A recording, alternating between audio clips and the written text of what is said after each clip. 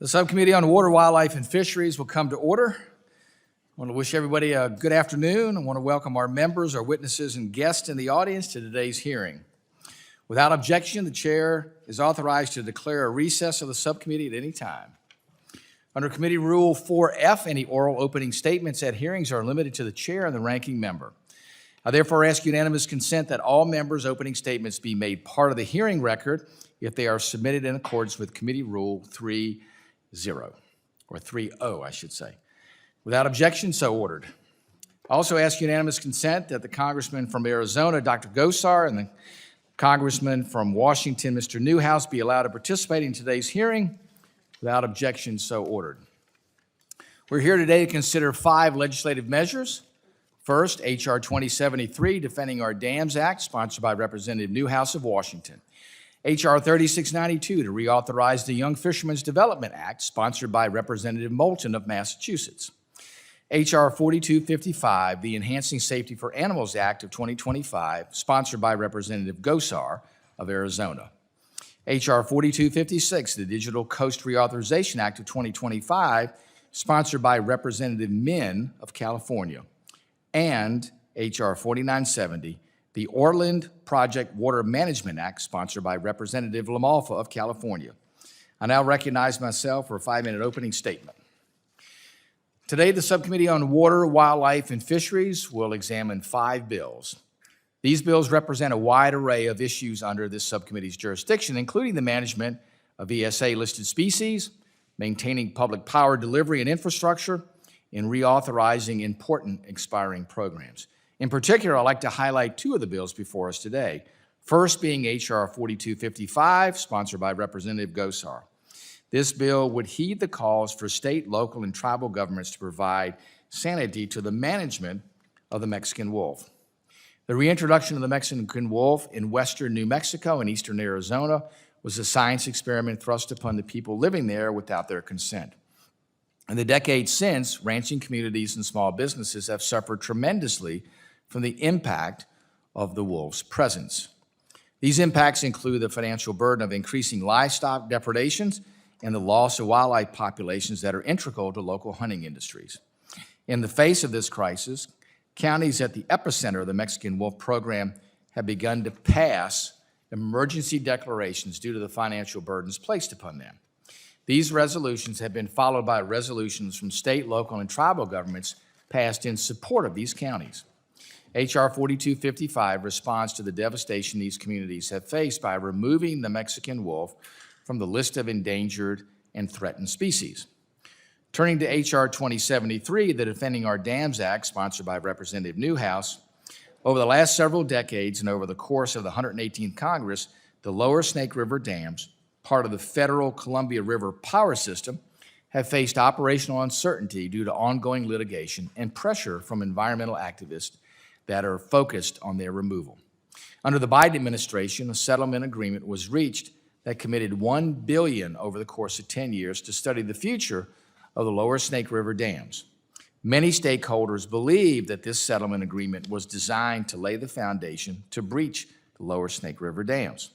Congressman Newhouse's bill that we are considering today would prevent any federal funds from being used to remove the lower Snake River dams and engage in any efforts to study their removal or provide technical assistance for their removal. This legislation builds on action that President Trump has taken to withdraw from the flawed settlement agreement and will provide certainty to all of those who benefit from this critical infrastructure across the Pacific Northwest. With that, I want to take time to thank our witnesses for being here today. I look forward to a robust conversation. I'd now like to recognize our ranking member, Representative Hoyle, for her opening statement. Thank you. Good afternoon. Today we're considering 5 bills on wildlife conservation and natural resource management.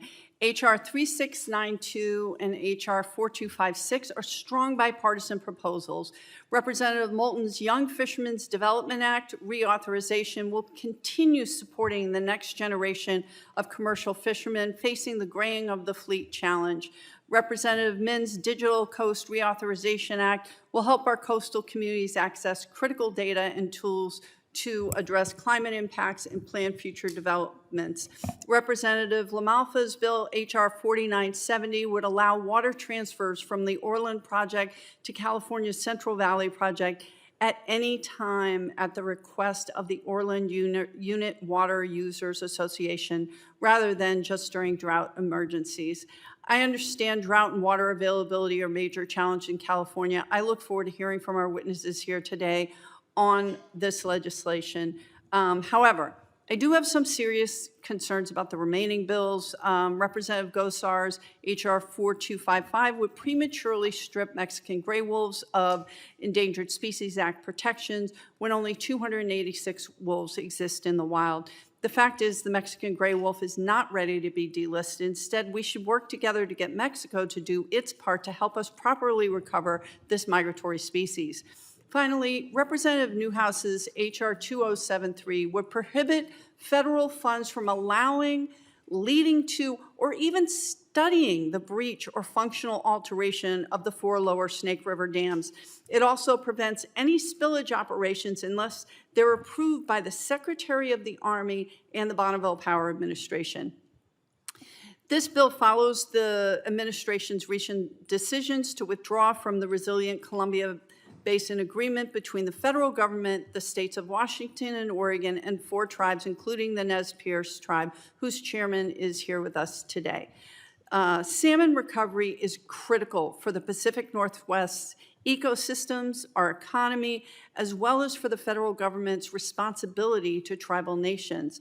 And whether or not you think that dam removal is the way to achieve that goal, and I do recognize a wide range of views on this issue, this is not an easy issue to address. The fact is it's already federal law that Congress must explicitly authorize any removal of an Army Corps dam, as well as any reduction in authorized usage. Unfortunately, I can't get behind the fact that H.R. 2073 would ban studies into what it would take to replace or modify these dams. Now, these dams provide nearly 1/3 of the Pacific Northwest power. They're central for regional trade, they help with flood control, and they are the subject of major environmental debate. But we shouldn't tie our own hands from being able to research their impacts, even while we acknowledge that right now there is no other way to replace that power. Now, in the Transportation Infrastructure Committee, where I'm also a member, we regularly pass Water Resources Development Acts that require the Army Corps studies of all sorts of issues. I'm not aware of any recent WRDA barring the Corps from reviewing the future needs of a project like this bill would. It just seems like overreach, and the fact is, if the lower Snake River dams are truly irreplaceable, as some claim, then we should see the facts to prove it, and we would want the data that would help us effectively manage them. I would like to thank Chairman Wheeler from the Nez Perce tribe for joining us today and sharing his experience and expertise on these issues. And moving forward, I hope we can work together on collaborative solutions to salmon recovery in the Pacific Northwest, like habitat restoration and hatchery funding. Thank you, and I yield back. I'd like to thank our ranking member, Representative Hoyle, for her opening statement. And I'll now introduce our first panel. As is typical with these legislative hearings, the bill sponsors are recognized for 5 minutes each to discuss their bills. And we'll now begin with Congressman Gosar for 5 minutes. Thank you, Mr. Chairman, and allowing me to wave on to the subcommittee today. My bill, H.R. 4255, the Enhancing Safety for Animals Act, would delist the non-essential experimental Mexican wolf from the Endangered Species Act and delink the populations of the wolf in the U.S. and Mexico. The intent of this delisting is not to decrease the number of Mexican wolves, but to modernize the ESA to work with the whole community and start effectively managing these populations. In the Gospel of Luke, the parable of the lost sheep describes a shepherd who has 100 sheep but loses one. He goes after that one lost sheep until he finds it and rejoices when the lost sheep can be reunited with the herd. Why? Because one loss is not just a number. It is a detrimental loss to the shepherd and to the entire herd. It is no different for rural ranchers and farmers. As the population of Mexican wolves increase, so does livestock and other animal depredations. The original 1982 Mexican Wolf Recovery Plan reads, quote, "The wolf's ability to take cattle and its normal predilection is to choose whatever prey is easiest to take, must be borne in mind in the choice and management of the release areas. Areas to be considered for initial releases of wolves should be, first, those with little or no existing livestock grazing," end of the quote. Federal government knew in 1982 the release of these predators would be detrimental to the cattle industry. Why haven't they learned or changed management styles 43 years later? This is the 9th year of moving the goalposts. Let's not plead insanity and continue to do the same thing over and over at the cost of American safety and livelihoods. The Enhancing Safety for Animals Act will give local communities the flexibility for their managing of their own property and to ease the financial burden on American taxpayers footing the bill for this mismanagement. I'm hopeful that under the leadership of the Trump administration, especially the Associate Deputy Secretary Karen Bud Phelan, Congress can finally make a common sense right of a wrong that harms these rural Americans. Thank you, Mr. Chairman, and I look forward to hearing from your other witnesses today. Thank you. I thank the gentleman from Arizona on his testimony on H.R. 4255, the Enhancing Safety for Animals Act of 2025. We will now go to Representative Min of California. Can I just? Oh, please, I'm sorry. Yes, go right ahead. Mr. Chair, I ask for unanimous consent that Representatives Maxine Dexter of Oregon, Representatives Emily Randall of Washington, and Representative Seth Moulton of Massachusetts have permission to sit on the dais and participate in today's hearing. Without objection. Thank you. We'll now go to Representative Min of California for his testimony on his bill, H.R. 4256, the Digital Coast Reauthorization Act of 2025.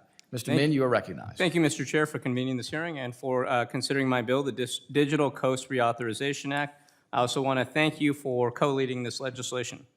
The Digital Coast Reauthorization Act would reauthorize NOAA's Digital Coast program for another 5 years, as well as make several important technical amendments to ensure that the tools and data sets that NOAA uses remain free for the public's continued benefit. As one of the chairs of the Coastal Communities Caucus, the bipartisan caucus, I know firsthand, representing a coastal district, how important our coastlines are. America's coasts are home to nearly 40% of the nation's population.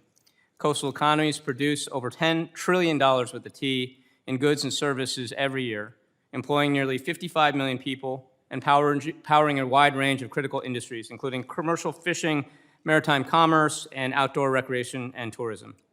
Our coastlines and beaches are a treasured part of America's cultural identity for a reason, which is why California and other states have enshrined access to the coast as a basic right in our communities. Now, and in our constitutions.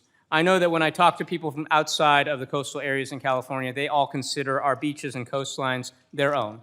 It's an important part of our identity. But coastal cities face many complex and costly challenges that have made it increasingly difficult to plan for the future, including storms, flooding, and wildfire.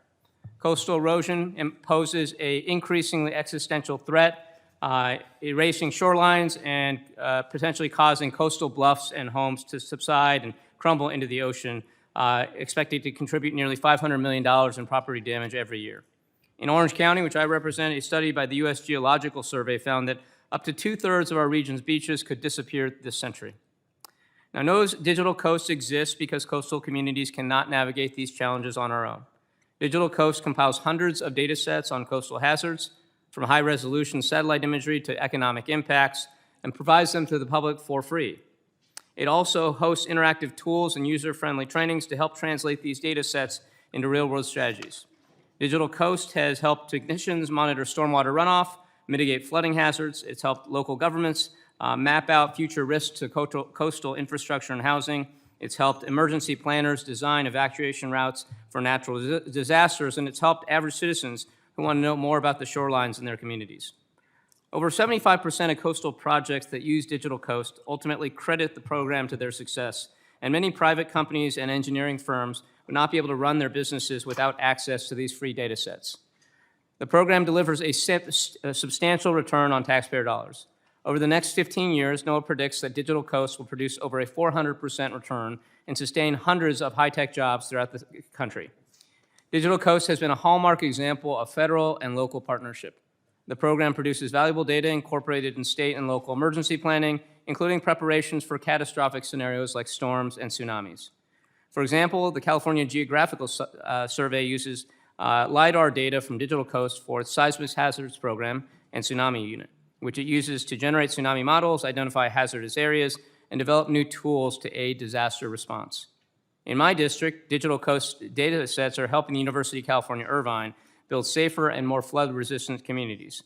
Land cover and elevation data sets are helping pilot coastal flood risks in Orange County, as well as sites around the country. And according to UC Irvine, this research would be far more difficult and costly without Digital Coast. So, Mr. Chair, I would, with that, like to ask unanimous consent to enter into the record several letters of support for the Digital Coast Reauthorization Act, including from Orange County Coastkeeper, Surfrider Foundation, and the Digital Coast Partnership Coalition. Without objection. I would also like to ask unanimous consent to enter into the record a letter from Cal OES, California's Emergency Preparedness Office, summarizing just how Digital Coast has helped improve disaster awareness and response in the state. Also without objection. Thank you. I'm proud to lead this bill with strong bipartisan coalitions, and want to again thank you, Mr. Chair, for your co-leading and for your leadership on this issue, as well as Subcommittee Vice Chair Mike Ezel, Congress members Sarah Elfreth, Jen Higgins, and Ameda Radowagen for co-sponsoring. I'd like to also thank Chair Westerman and Ranking Member Huffman and their teams for their support in getting this bill included in today's hearing. This is a strong bill with bipartisan support, and I would respectfully ask for your support on it. Thanks very much.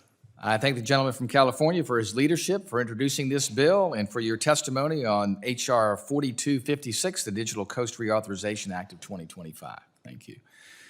We will now go to the gentleman from California, Mr. LaMalfa, on his bill, H.R. 4970, the Orland Project Water Management Act. Thank you, Chairman. Mr. Whitman, appreciate it. It's a really straightforward, simple bill.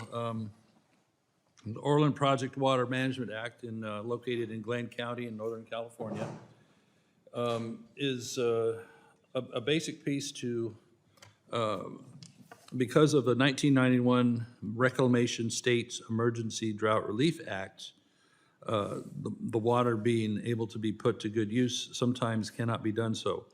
The reason is that there's water transfers can only be done during a drought declaration having been made by the governor of our home state. So what that means is that in most years, the Orland Project has water that could and should be transferred on an annual basis to the Central Valley Project to be put to good use. Water can be transferred to the CVP to help meet needs of other towns or farmers down in that direction, or help to recharge the groundwater aquifers down in that region, which subsidence is a big problem for them. And so that water can be helpful in that. So when the Orland Project water cannot be transferred due to that 1991 law, the East Park and Stony Gorge reservoirs will fill up, and the flood releases must be made in order to prevent them from overtopping, losing that water and unable to use it anywhere else. So that water then becomes useless. My bill fixes this problem by changing federal law to allow water transfers from the Orland Project to the Central Valley Project at any time at the request of the Orland Project Water Users Association to the CVP. Obviously, the needs of the district itself will be met first, but when there's a point where there's excess water that can be used at the right time in the right place, then it can be made available and not have the law prevent them from doing so. So what the issue basically is, the water would be wasted when it has to be released due to the dam getting too full in the wintertime in a high rain year. And they have to, of course, leave flood space there for that. And the water then would have the ability to be transferred and be used for good purpose. So today we'll be hearing from our constituent there, Bill Vanderwall, who's with the Tamacalusa County Authority, which is part of the Central Valley Project, about the need for this bill. So I look forward to his testimony. In the audience, we also have Greg Kriz, who is the general manager of the Orland Unit Water Users Association, who's also supporting the bill. Greg is not testifying in the panel today. He does have prepared testimony, which we will submit to the chairwoman and the committee. I ask unanimous consent that indeed put into the record, Madam Chair. So.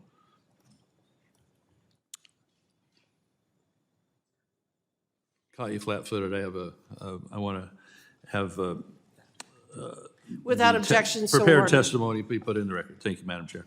So, thank you again, Madam, for holding today's hearing and including the Water Project, Orland Project Water Management Act in the list of bills today. So I'll yield back the rest of my time. Thank you. Thank you, and I want to thank the members for their testimony. I will now introduce our second panel, Mr. Dustin Shear, the Senior Advisor to the Assistant Secretary for Water and Science at the U.S. Department of Interior in Washington, D.C. Under committee rules, you must limit your oral statement to 5 minutes, but your entire statement will appear in the hearing record. To begin your testimony, please press the button on the microphone, and we use timing lights. When you begin, the light will turn green. When you have 1 minute remaining, the light will turn yellow. And at the end of 5 minutes, the light will turn red. And I will ask you to please complete your statement. I now recognize Mr. Shear for 5 minutes. Thank you, Chair Hageman, Ranking Member Hoyle, and members of the subcommittee. My name is Dustin Shear, Senior Advisor to the Assistant Secretary for Water and Science at the Department of the Interior. I appreciate the opportunity to address Interior's views on the Orland Project Water Management Act and the Defending Our Dams Act. Starting with Congressman Lamalfa's legislation, this bill would amend the Reclamation States Emergency Drought Relief Act of 1991 to allow the transfer of excess water from the Orland Project to the Central Valley Project. The Orland Project, operating in north central California, is one of the Bureau of Reclamation's oldest projects. Covering portions of Glenn, Tehama, and Colusa counties, it irrigates about 21,000 acres, just 1% of the Sacramento Valley's total irrigable land. Water for the project is supplied by Stony Creek, and infrastructure includes 2 primary dams and an extensive canal system. The region enjoys rich agricultural conditions, a lengthy growing season of more than 260 days, and highly productive soils. Water is managed for maximum benefit, supporting local farms and communities. Over the years, the Reclamation States Emergency Drought Relief Act has proven vital in helping communities plan, prepare for, and respond to drought. Reclamation, through this act, provides financial and technical assistance for drought contingency planning, and when needed, carries out temporary emergency measures such as storage or conveyance projects and short-term water purchases to lessen the impact of crisis drought events. H.R. 4970 seeks to address immediate and long-term water management needs by permitting the sale of excess Orland Project water to the Sacramento Canals Unit of the Central Valley Project. This flexibility would help respond to critical shortages, ensuring water can be directed to where it is urgently needed while still protecting the vital interest of Orland Project water users. Presently, water rights tied to the project restrict use to specific Orland Project lands.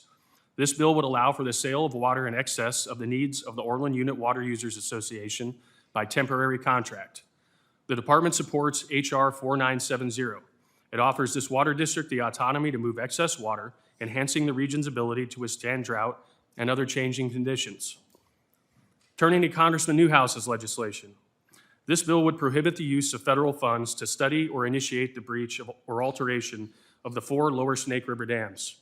These dams, Ice Harbor, Lower Monumental, Little Goose, and Lower Granite, are operated by the U.S. Army Corps of Engineers and form part of the larger federal Columbia River system, which also includes key reclamation projects like Grand Coulee Dam on the Columbia River in Washington and Hungry Horse Dam on the South Fork Flathead River in Montana.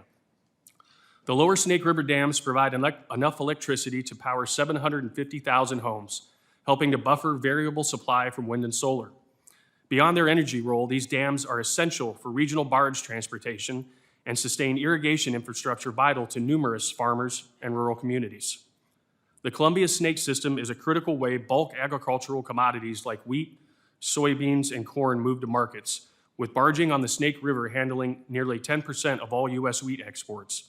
In addition to the economic benefits of providing ready access to world markets, river barging provides significant efficiency and environmental benefits. A regional trade group estimated it would have required over 47,000 rail cars or more than 180,000 semi-trucks to transport the equivalent 4.7 million tons of cargo moved on the Snake River by barges in 2022. In 2020, a joint environmental impact statement and record of decision developed by Reclamation, the Bonneville Power Administration, and the Corps analyzed alternatives, including possible dam breaching. The agencies opted for a balanced operational approach that addressed both natural resource protections and broad regional needs. Importantly, the preferred alternative did not recommend breaching these dams, and any future breaching would require additional congressional authorization and appropriations.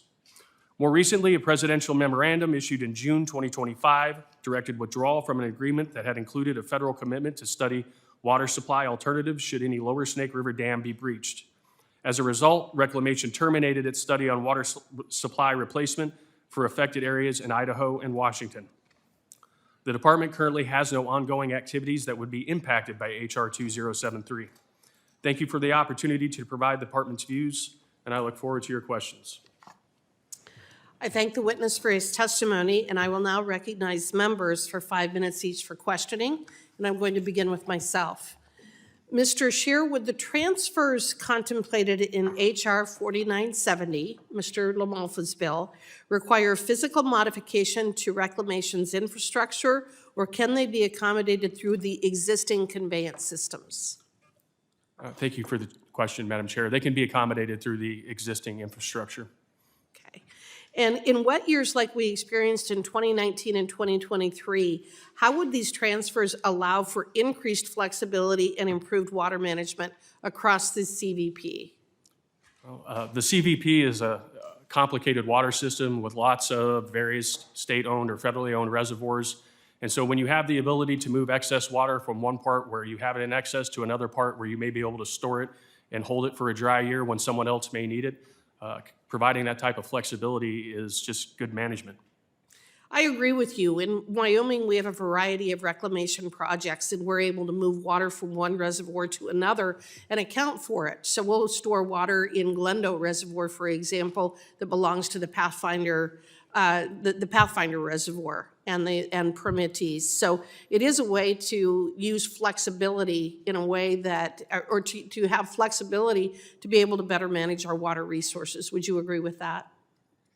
Yes, Madam Chair, I would. Okay. With that, I am going to, I'm going to yield the remainder of my time, and I am going to call on Mr. Huffman for 5 minutes of questioning. Thank you, Madam Chair. And good afternoon, Mr. Scheer. So I think you're aware of this. In December of 2023, 4 tribes, 2 states, 5 federal agencies, and nonprofits all reached a historic agreement on Columbia River salmon restoration. It's called the Resilient Columbia Basin Agreement. Familiar with that? I am.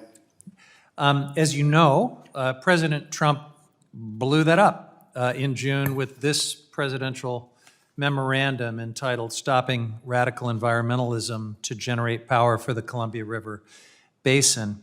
I would submit, Mr. Scheer, there's nothing radical about honoring tribal treaty rights or wanting functional salmon runs that people can actually fish, or building clean energy to address both climate change and salmon extinction. And what I'm wondering is whether, in advance of this presidential memorandum, did you or anyone else in the administration actually consult with the 4 lower Columbia River Treaty tribes before this went out? Congressman, I can't speak for anybody else in the administration. In advance of that memorandum, I certainly did not speak You to did any not. of the 4 lower Did you or tribes. anyone else in the administration consult with the states of Oregon or Washington before this memorandum blew everything up? I can't speak for anybody else in the administration. I did not. Well, I kind of thought the answer would be no, and I am extremely disappointed in that. The Resilient Columbia Basin Agreement took years to create, and the president has thrown all of that away, seemingly with the stroke of a pen. And so I need to ask you, Mr. Scheer, what is this administration's plan to address Columbia and Snake River salmon? Do you have something better than this, something that will replace it? Well, I think both the ranking member's opening statement and the opening to your question reflect why the administration was keen on withdrawing from that agreement. You referenced 4 sovereigns, and you didn't reference any of the stakeholders from the transportation sector, the irrigation sector, the power sector, or the recreation sector. And as you will hear, I believe, I know you're very testimony- interested in those stakeholders, What I'm asking you, though, is you blew up a salmon restoration plan. Do you have anything to replace it with? What we blew up was an agreement between the 6 sovereigns and the federal government under the previous administration. And if there is an agreement to be had, we will have all of the stakeholders at the table to come up with something that everyone can live with. Do you have a plan? We are working to figure out whether or not there is a path forward on a plan. Is restoring the salmon runs in the Columbia River Basin a priority? Is this something that you want to do, that you want to have a plan for? There are ongoing restoration projects in other areas of the Columbia River Basin to restore salmon, steelhead. But that's not what I ask. I mean, lots of people are doing good work. You're the administration, you're the Department of the Interior. Do you have a plan? Is it a priority you have identified? Because you just blew up this historic 6 sovereign agreement that was going to address this long neglected, huge priority of the Pacific Northwest. Shouldn't you at least have something to replace it with? The department understands that it's a priority to restore habitat and salmon populations in the Pacific Northwest, and we're going to continue to use existing authorities where we can to accomplish that You're, goal. as we sit here today, you're unable to point to anything specific that you're doing that might backfill for this on salmon restoration. Well, like I pointed out, we still have ongoing restoration Other people are actions, doing stuff. Phase Yeah. 2 implementation plan. in the I Upper understand. Columbia. Other people, thank goodness, other people are doing some stuff. What about building out the clean energy that this was going to provide? I'm going to answer my own question. I know what you're doing on clean energy, actually. I don't think you have a plan to replace the clean energy that's blown up by this executive order. But the 6 sovereigns did have a plan, and they're still trying to restore salmon and to solve other critical challenges in the Northwest. Mr. Scheer, I want to urge you to work with them. The fact that there were no conversations, that there was no consultation, that the president simply did an executive order and did such violence to this carefully crafted, multi-stakeholder agreement just shows a recklessness that is deeply disturbing. And I hope as you move forward that you will do better, that you will bring everyone to the table, and that will include tribes. I'm also disappointed that here we are again talking about something as complex as salmon restoration and watershed issues in the Columbia River Basin, and we don't have anyone from NOAA as a witness. Now, in the last Congress, every time we talked about this, my Republican colleagues could not hammer on NOAA hard enough. NOAA was at the tip of the spear. NOAA had to answer all the hard questions, and now we have yet to have NOAA here to testify on anything in this committee, and I think it just speaks volumes. Madam Chair, I will yield back. Thank you. I do want the record to reflect that the salmon runs are triple what they were when the first dam went in the 1930s. I think that's important. The chair now recognizes Congresswoman Radewagen for 5 minutes of questioning.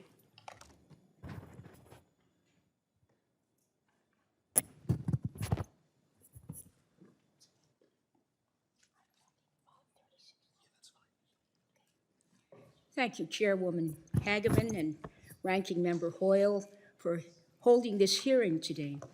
Thank you to the witness for your testimony, and I want to take a moment to express my support for H.R. 3692 to reauthorize the Young Fishermen's Development Act, of which I am a proud co-sponsor. This legislation will provide tools to support and establish seafood businesses and set the next generation of fishermen up for success. Although the National Sea Grant College Program, this bill would normally fall under, did not make it into the President's 2026 budget. The President and the administration have proven to be friends of the American fishermen with common sense measures such as the President's executive order to reopen fishing around the Pacific Remote Islands Marine National Monument, and I'm extremely grateful that he agreed to do the EO at my request, which helped greatly my home district and our tuna industry. I know that if Congress passes H.R. 3692, the administration will run the program with the same zeal and efficiency we've come to expect. Mr. Scheer, thank you again for being here. I know your main expertise lies with water management, so I'll be submitting some questions for the record about H.R. 3692 for NOAA to answer, and I'd like to yield the remainder of my time for the chairwoman to use. Thank you.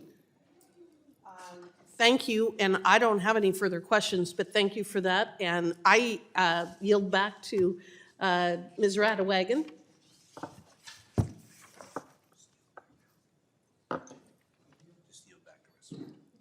Yes, so I just yield back the rest of my time. Thank you. Chairwoman. The chair now recognizes Ms. Rivas for 5 minutes of questioning. Thank you, Madam Chair, for holding this hearing. Mr. Scherer, as the Senior Advisor to the Assistant Secretary for Water and Science at the Department of Interior, you help to oversee the Bureau of Reclamation and its Water Smart program. I wanted to follow up with you on my testimony with Secretary Burgum on June 12. During that hearing, the Secretary dodged my question on why the department and the Trump administration are attempting to zero out the successful Water Smart program. So I'll ask you now, can you please explain the decision process that goes into ending a program like Water Smart? And specifically, what goes into ending a successful federal program that has a proven track record and that invests in communities and supports drought-resilient infrastructure? Thank you for the question. We're given a target to meet by OMB when it comes to the budget process, and we have to make hard decisions. Fundamentally, Reclamation is a water storage and conveyance construction agency, and so when making budgetary decisions, we try to prioritize the core missions of building and providing power to our customers. Well, it seems to me that this administration is committed to ignoring the facts and eliminating successful programs that invest in communities and instead focused on making Americans' lives harder and costlier. Additionally, on June 6, I wrote a letter to the department about the pause in federal funding for the Water Smart program. Reports from across the West have shown that awardees were in the final stages of completing their agreements with the Bureau of Reclamation to receive their funds. So these were projects that were already approved for funding. They were in the middle of signing agreements, and now we're told that their funding has been cut. Southern California, which I represent part of it, has experienced droughts and water challenges and is continuing to recover from the Palisades and Eaton wildfires. These funding delays only place communities at higher risk for wildfires while increasing families' water bills.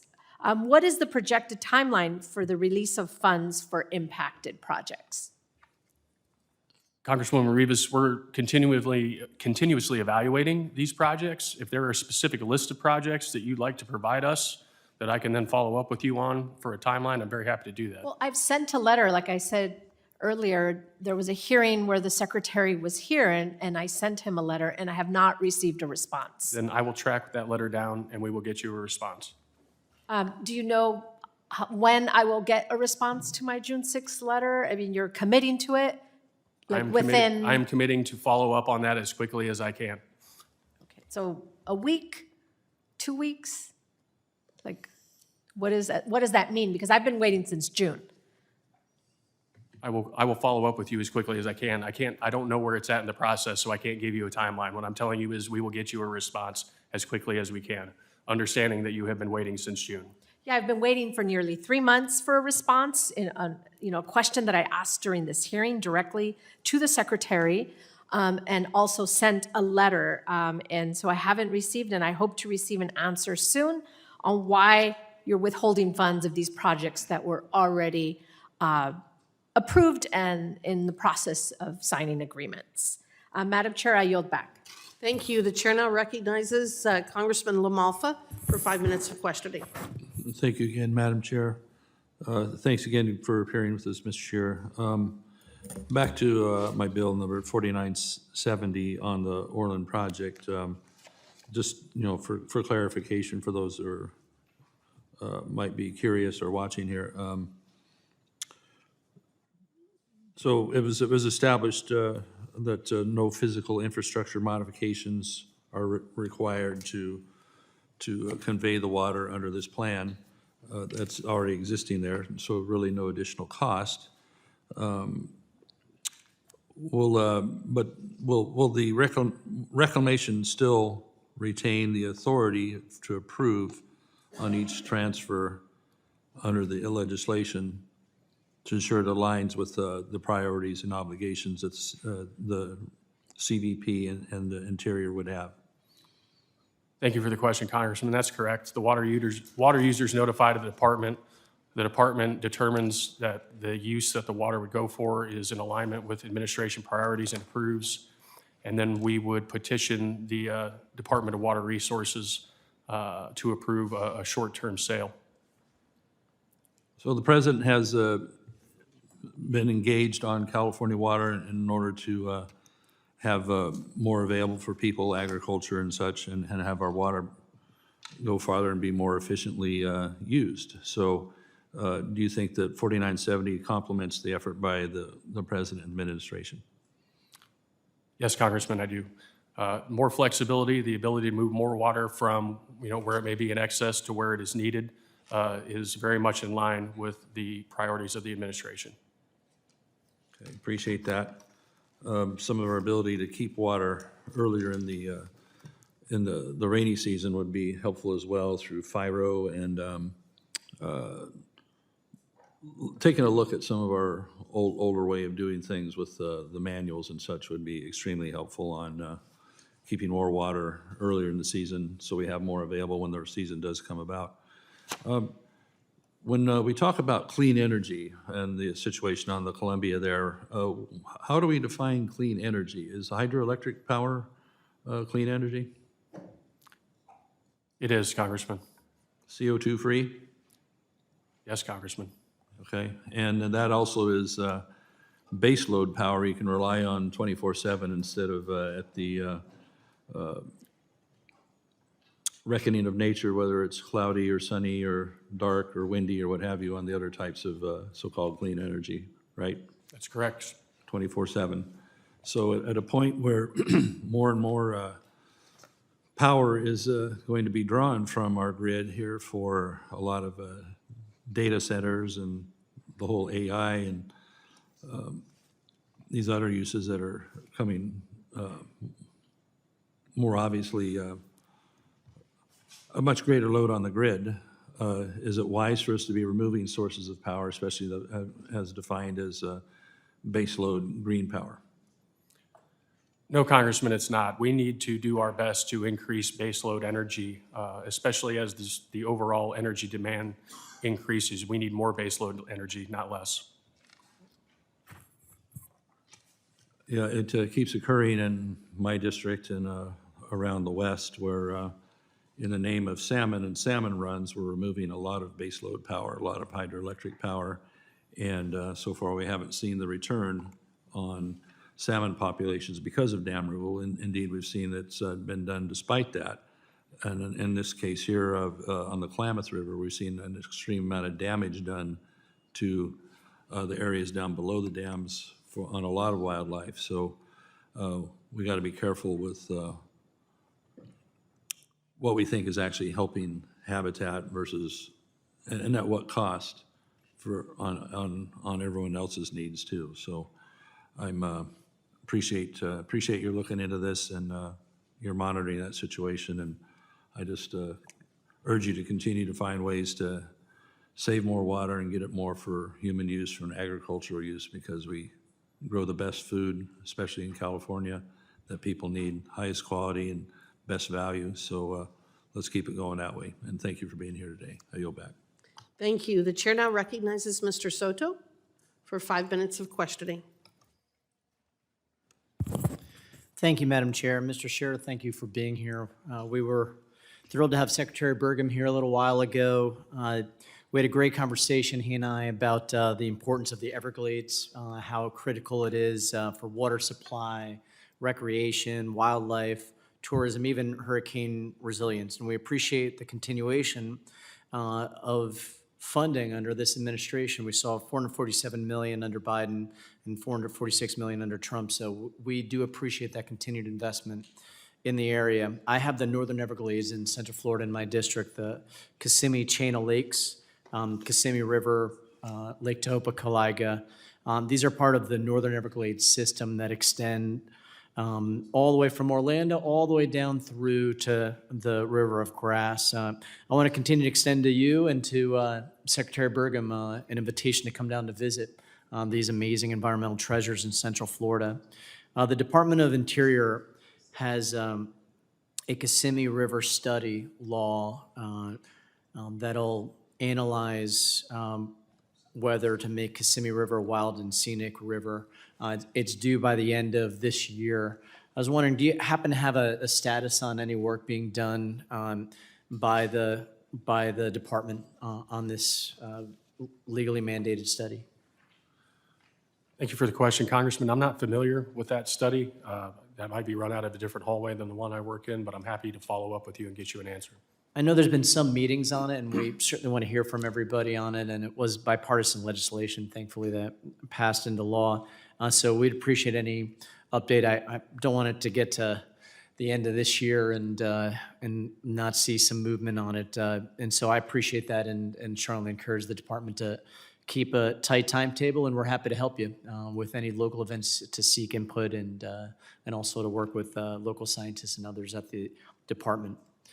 My other question is Indian River Lagoon. We've seen some pollution there with sewage, septic runoff.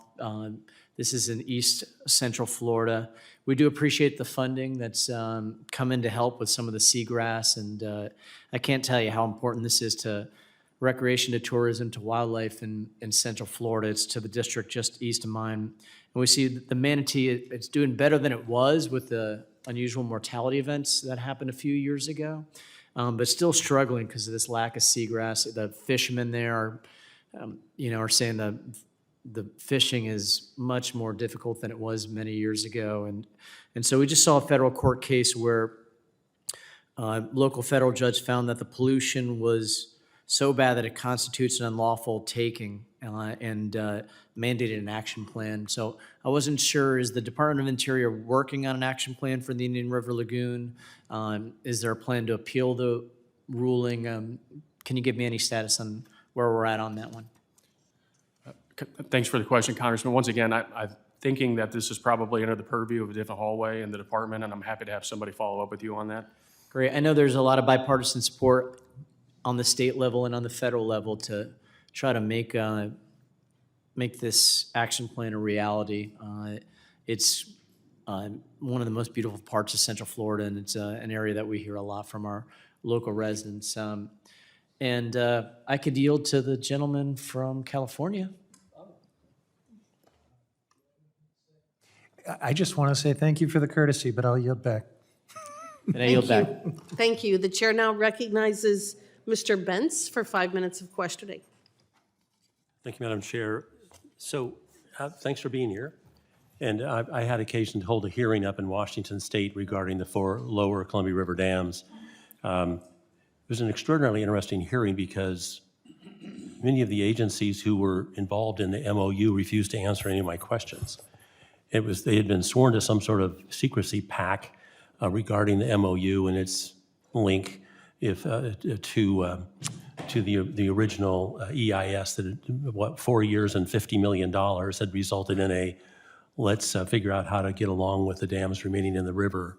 Have you had time or had an opportunity to look into that situation? It seemed to me at the time to be extraordinarily out of line for people not to answer questions regarding such an important issue. Congressman, all I can tell you is that I read parts of the transcript of that field hearing in preparation for this hearing. I think part of the reason that the administration has decided to pull out of the MOU was because of the process which led to the agreement, which seemed to be, seemed to exclude certain groups of stakeholders who should have been at the table, and that the process wasn't transparent. And so, as I have said already today, any future, regional agreements will include everybody and will be public. I think weren't transparent or wasn't transparent is the understatement of the day, because they would simply refuse to answer questions regarding how in the world that MOU came to be. It appeared from the outside looking in and from memos that I obtained regarding regarding the MOU, that there had been a designed friendly lawsuit device upon which the MOU was then based, and they had entered into this secrecy agreement under the guise of some sort of court settlement process. Are you concerned that the court was going to step in, the federal court, and somehow reinstate the MOU?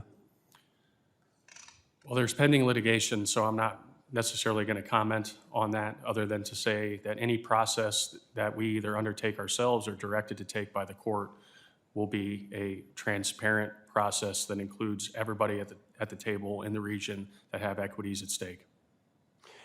There was, since I represent the south half of the Columbia River, at least a lot of it in my district, I am up in that country quite a bit, and I had occasion to speak to some of the engineers that operate some of those 4 dams. I think they were Corps of Engineers employees, and they indicated that they had been observing, I'll use that word, a reduction in the power generated by those 4 dams for purely optical reasons. That was to try to drive down the amount of power generated by the dams, so later people involved and interested in getting rid of the dams could say, well, they're just not that important. Have you heard of such a thing? I have not, and again, we don't operate those 4 dams, so. But of course, you work with the Corps of Engineers, and so you could talk to the Corps and say, hey, we understand that the operations of the dams have been perverted to create a situation, a record, if you will, that these dams are less valuable than they truly are. You could talk to them about that. I could. I guess the reason I raised the issue is because the Northwest is extraordinarily short of firm baseload power. If it's been said a number of times just in the last few weeks in my conversations with people regarding these dams, that the Northwest is on the verge of a cataclysmic blackout event in the event of a drought that affects the water flowing down the Columbia River. Have you had occasion to discuss with folks the incredible importance of what's going on when it comes to your agency and, of course, the Corps' power generation on the Columbia? We have some interagency discussions ongoing right now about the overall operations of the Columbia River system in general. We're not really at a place to say we've made any decisions. Those discussions are ongoing, but they're actively ongoing. Well, I cannot overemphasize, absolutely, I cannot overemphasize the importance of maintaining hydro generation on the Columbia. And that, of course, means the 4 lower Snake River dams, which are held out to be 1,000 megawatts. In point of fact, the nameplate's closer to 3,000. And on occasion, we've had to generate that kind of power to try to pick up the slack when there's a blackout. I appreciate you being here. I appreciate your work. I yield back. Thank you. The chair now recognizes Ms. Elfrith for 5 minutes of questioning. Thank you, Madam Chair. Thank you, Mr. Scheer, for being here. I commend you for coming to the subcommittee, and like the ranking member, I'm also incredibly bewildered and frustrated that NOAA has sat this hearing out yet again. So I'll just keep my questions to Interior. This administration has consistently denied proven science that the climate is changing, sea levels are rising, you're welcome to come to my district any day, and that extreme weather is an ever-increasing reality. Have there been any directives, formal or informal, related to limiting Interior's role in climate research, restricting data collection, or altering scientific findings? I can't answer that question. I'm here to testify on a couple of bills. But you're a senior advisor. In the Water and Science hallway, called to testify on a couple of bills. I'm not prepared to answer those questions. That's disappointing. Okay, I'll move on to rewriting some scientific definitions and hope that you're able to answer them. On April 17th, Interior's Fish and Wildlife Service published a notice of proposed rulemaking to repeal their previous definition of harm under the Endangered Species Act. And I think it's important to note for everybody in the audience and at home that this definition has been in place since 1975, and it was upheld by the Supreme Court in 1995. In the announcement of the proposed rulemaking, Interior not only proposes that the definition of harm be revised, but argued that it should be removed entirely, and I'm going to quote from the announcement, "Nor is any replacement definition needed. The ESA itself defines take," and further elaborating on one component of that definition, harm, is unnecessary in light of the comprehensive statutory definition. Mr. Scheer, if you're able to answer this question, is it the position of Interior that the only way an endangered or threatened species can be harmed is if they are killed? I'm happy to follow up with you on that question. Again, that's a different hallway than the one that I work in. It's the Fish and Wildlife Service, so we're happy to follow up on that. Okay. I'm going to move on to federal grants, something I know all of our districts rely on, but also to do the good work of Interior on the ground. Local and non-governmental organizations have been crucial partners in the mission of Interior. However, the administration has restricted federal funding to organizations that dare to recognize the established science of climate change. My constituents in Ellicott City or Annapolis have experienced repeated catastrophic flooding in their homes and businesses due to climate change-induced extreme weather and sea level rise. Those communities, again, rely on federal funding to prevent, prepare for, and recover from these floods. Can you speak at all, Mr. Scheer, to how much funding Interior has withheld from grantees due to the presence of the word climate or grant paperwork? No, Congressman, I can't give you an exact number on that, no. Okay. Would you mind following up with our offices, Yes, please? we're happy to do that. I appreciate that. Was hoping to get more out of today, but understandably cannot. Madam Chair, I will yield back. Thank you. The chair now recognizes Mr. Gosar for 5 minutes of questioning. Yeah, Madam Chair, I have 3 exhibits I'd like to put in the record.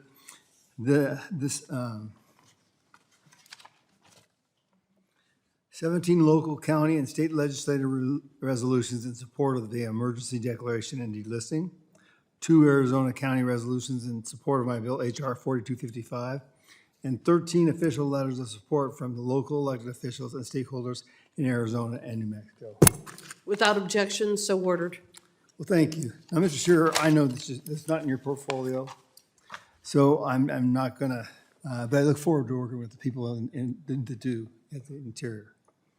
The first 1982 Mexican wolf recovery plan requires federal agencies to educate people not to fear the wolves. But I'm going to show you why you should fear these genetically engineered apex predators. And now, before we show these, if anybody's kind of squeamish, you might want to turn away. So, here's the first one.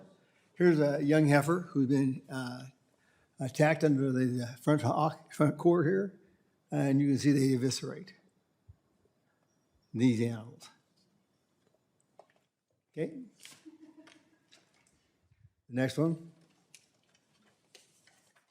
This is the back end of a heifer where they got the reproductive organs and just they'll pull them out, just disembowel them. Okay. Now we're going to show you that it's not just limited to calves and cows. Here's 2 dogs that were family pets. The top one, you can see where they attacked viciously, they got away. But the bottom one was ripped, she was on a chain. Jackie was ripped off of her chain and they tore off her back. She did not make it. Now, this is what we live all the time with. Now, imagine a small child walking in the woods. Just imagine that. They're going to be looked at as prey. Apex predators don't fear anybody. These are apex predators. I just got back from Alaska where we watched grizzly bears and wolves. They're apex predators. They're not scared of anybody. Now we don't need these experimental populations. We don't. And they're not really true Mexican wolves. They've been engineered. So from that standpoint, we're trying to get rid of this problem in north of the Mexican border. And that's in our country. I'm just flabbergasted that we would tolerate this. When wolves find out they're going to take you, they'll take you. I'll give you an example. I'm from western Wyoming. They decided they were going to reintroduce wolves in the upper Green River area. Well, one of the guys I actually built a log home for actually was photographing these upper Green River wolves. But they did it anyway. They came in and they stuck another wolf pack in there.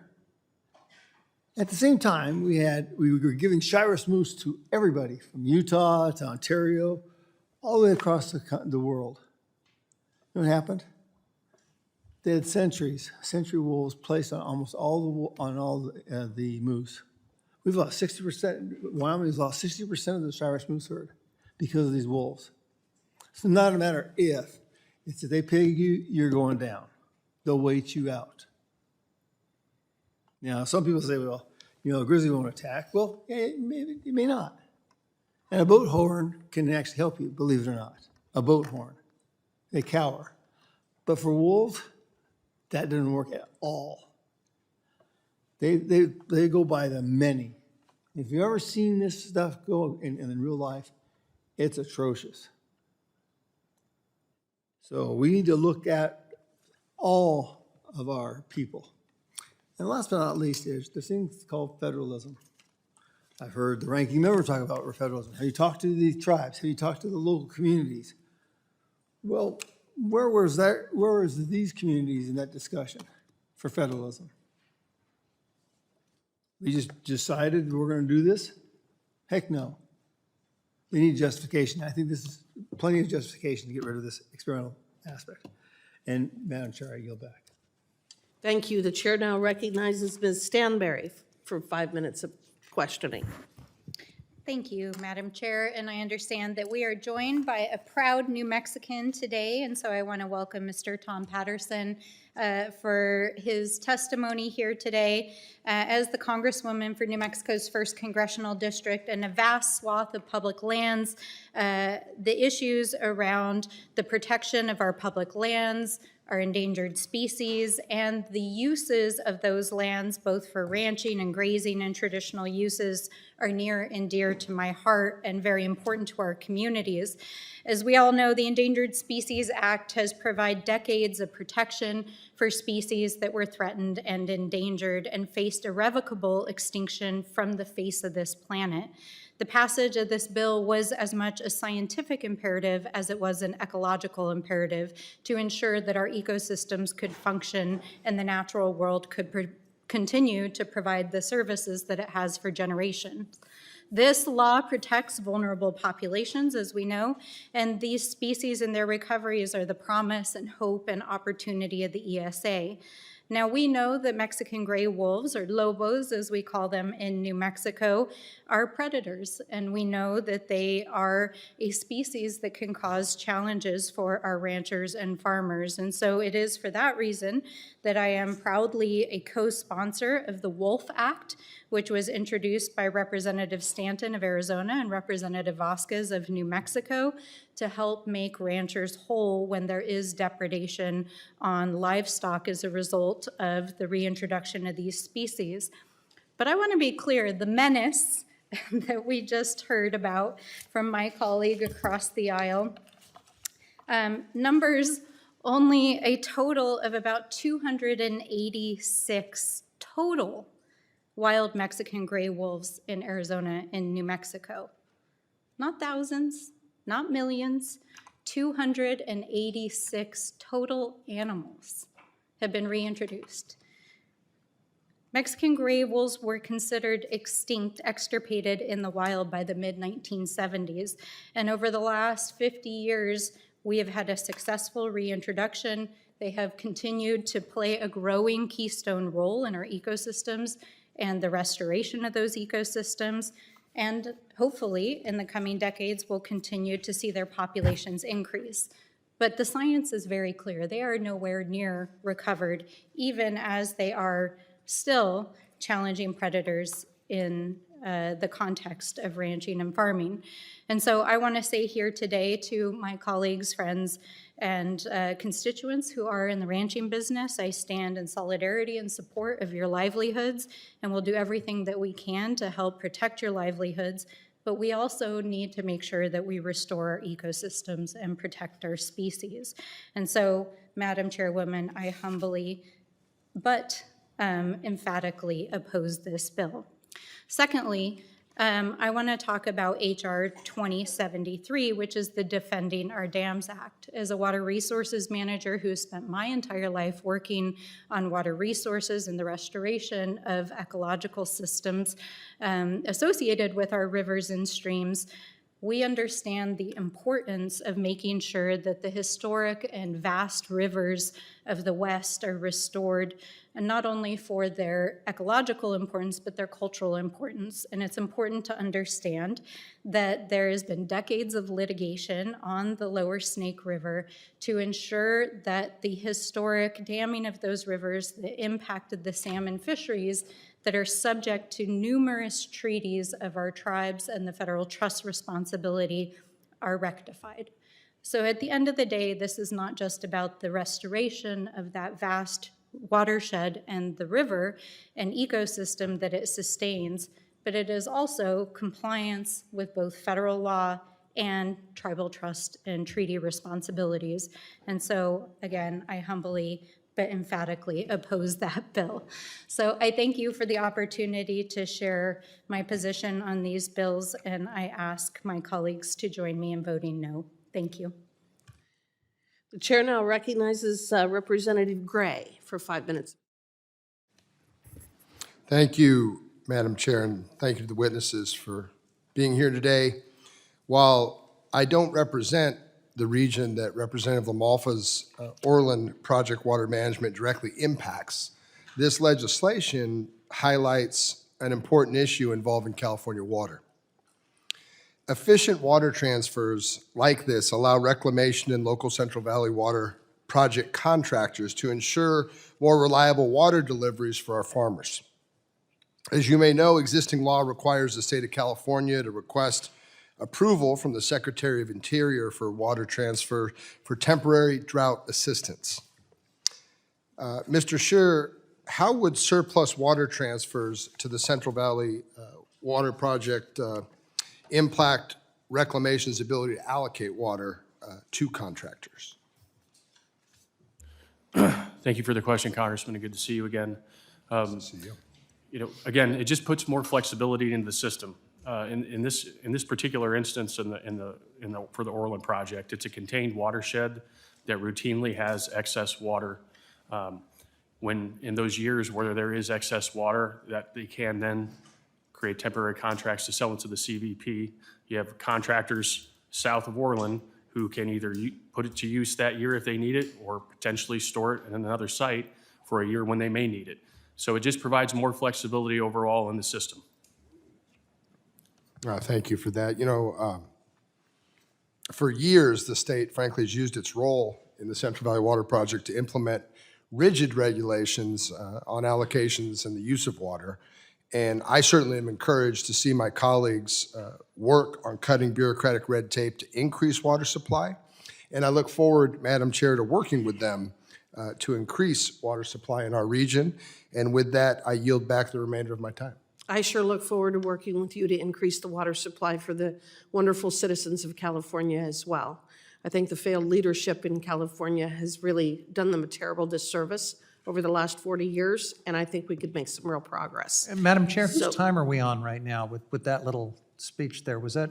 That was a matter of personal privilege. was just personal. Would you like 10 seconds Just to personal respond? flourish? I just don't know from the ivory tower of Wyoming if you are qualified to render the editorial. Actually, yes, because it's our water that you want to take. So in fact, I am qualified. In California, we're taking River. Wyoming? Yeah, it's the Green River, it's the Colorado River.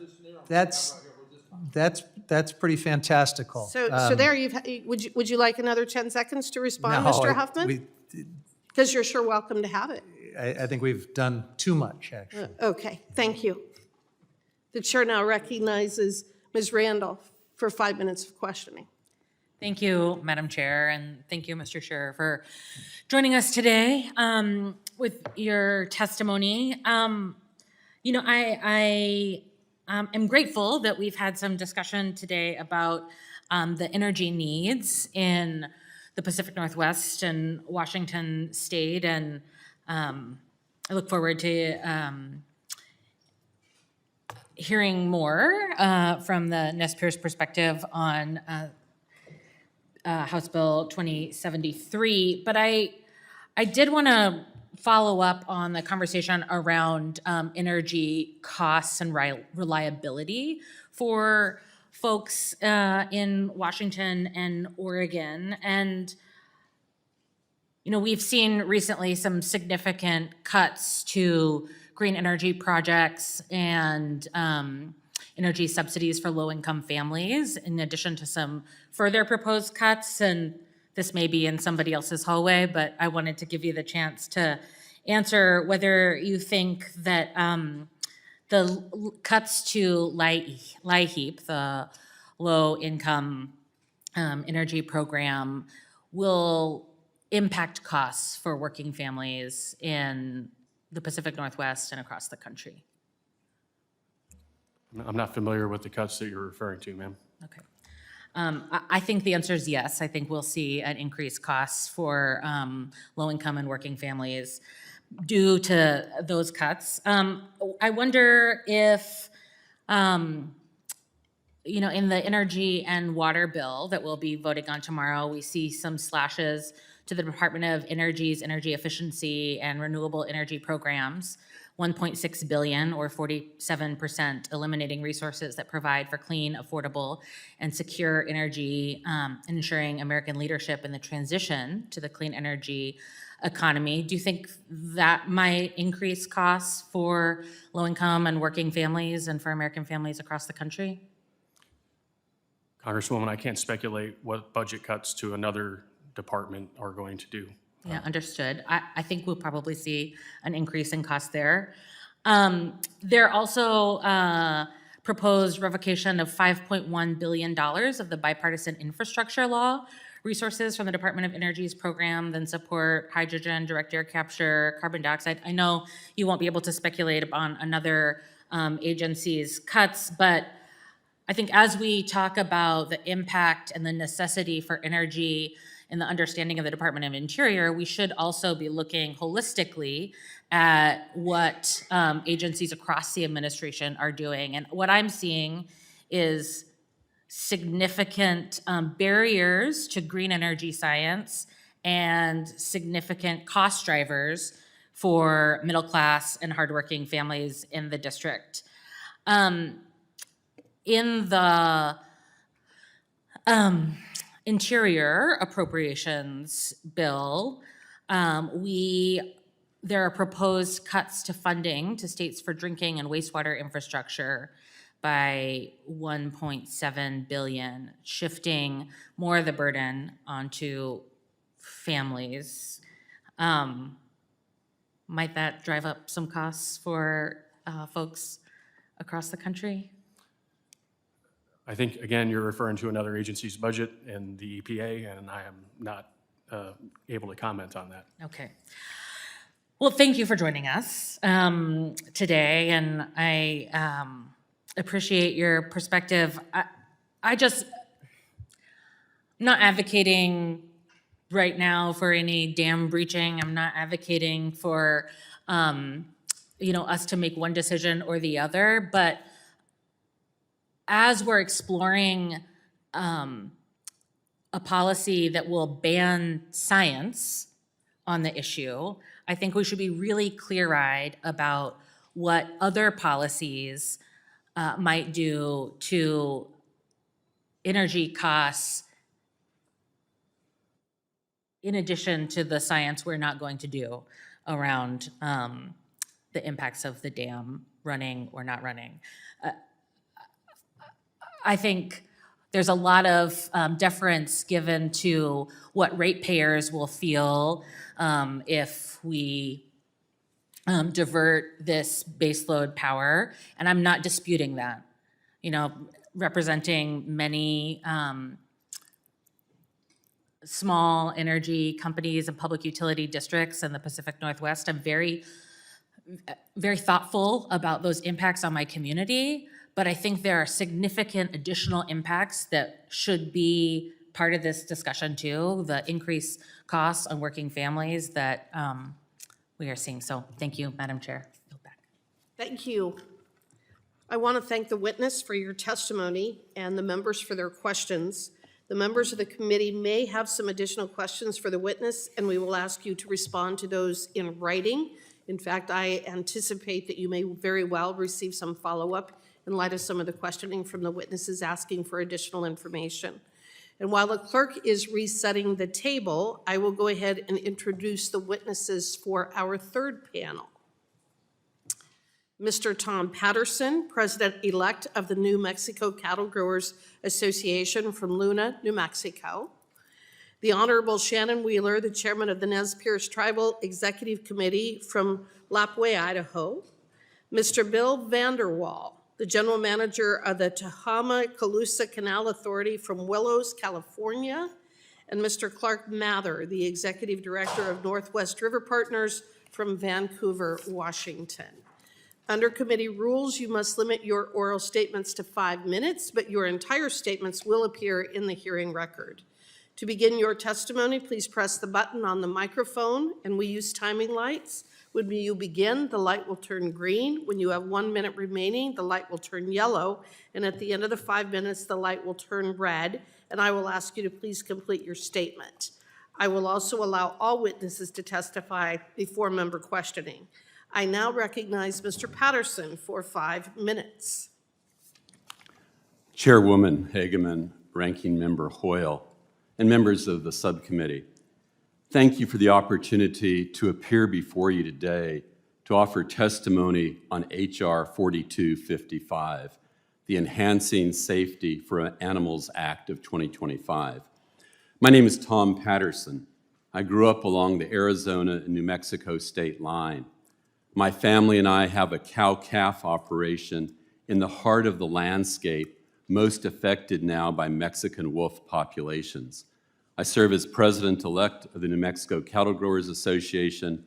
I'm a member of the Arizona Cattle Growers Association, the National Cattlemen's Beef Association, and the National Public Lands Council. I speak on behalf of each of these associations today. For the last 25 years, my neighbors and I have seen the worst kind of impacts from a federal policy, here the Endangered Species Act, that treats local people as acceptable sacrifices for a national initiative to recover an apex predator. For 2.5 decades, we have been unfortunate and unacceptable casualties in this ESA story to recover Mexican wolves. Taxpayers have shared our misery.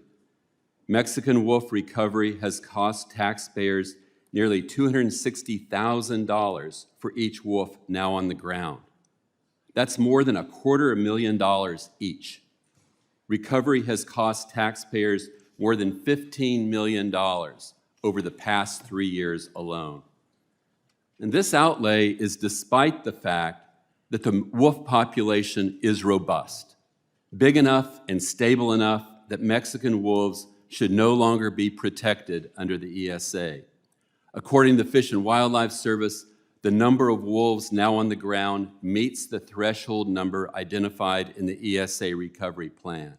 The wolves on the ground have sufficient genetic diversity, which captive breeding programs can routinely supplement as needed.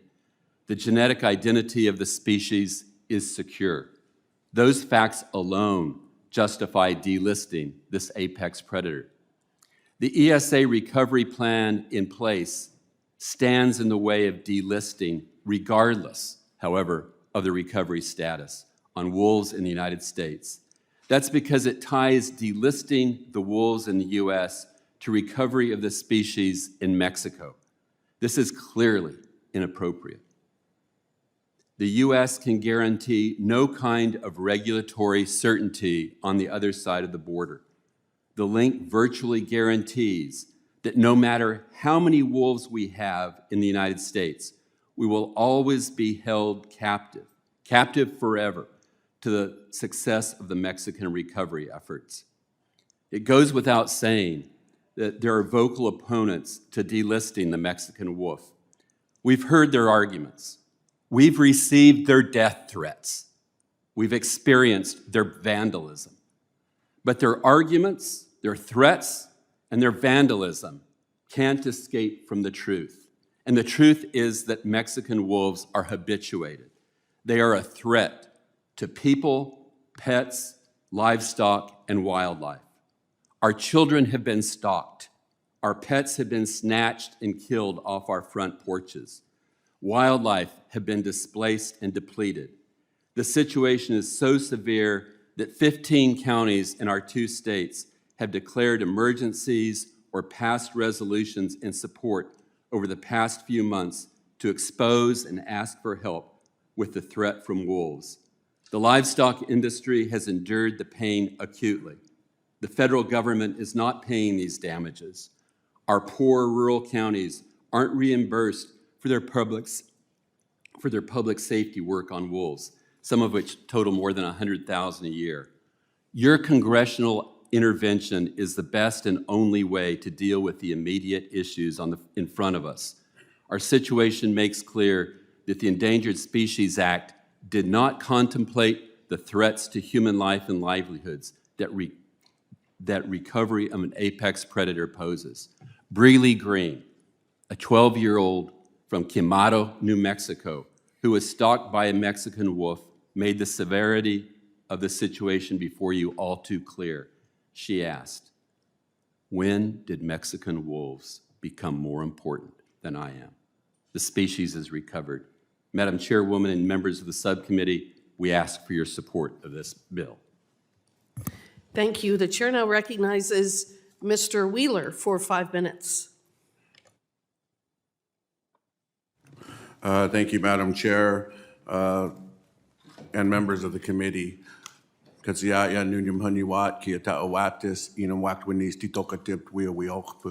name is Shannon Wheeler. I serve as the chairman for the Nez Perce tribe. I come to you today with a good heart. For decades, Nez Perce have been working to recover wild runs of threatened and endangered salmon and steelhead in the Snake River Basin, on which our traditional diets, economy, and culture are centered. As the salmon people, we have a covenant to meet the needs of the salmon and are obligated to speak the words that they cannot speak themselves. The main stem of the Snake River and the sections that contain the 4 federal dams referred to in HR 2073 is the umbilical cord linking the ocean, 49,000 square miles of the largest, most intact and pristine salmon and steelhead habitat remaining in the lower 48 states. This salmon country is larger than the states of New Jersey, Vermont, New Hampshire, Massachusetts, Connecticut, and Rhode Island combined. And every single salmon and steelhead born in this country as part of their life cycle must pass through these 4 lethal dams and reservoirs on their out-migration. Many runs of salmon that our people depended on have been extirpated or are at risk of extirpation. We cannot fish the Wanaha, the Minam, the Middle Fork of the Salmon, Asotin Creek, and Tucannon River, which are 2 of the rivers that contain the only populations of the Snake River Spring Chinook. The Nez Perce signed a treaty in 1855 with the United States of America, guaranteeing treaty rights in fishing and hunting and gathering at all usual and accustomed places in perpetuity. In this bargain we agreed to, we work with the United States of America to honor our side of this relationship and the obverse relationship that the Nez Perce have with the United States of America, minted as a coin is minted. On one side, the United States of America, on the other side, the Nez Perce tribe, minted together for mutual benefit under mutual agreement so that one side does not burden the other side. And when we speak of the dams and the salmon populations, we speak of populations that have declined or been decimated. And when we see this, it is our obligation to the salmon and to our people and to the people of this country to tell the United States of America that we are being burdened and that these fish that are supposed to be in the water are not currently in the water.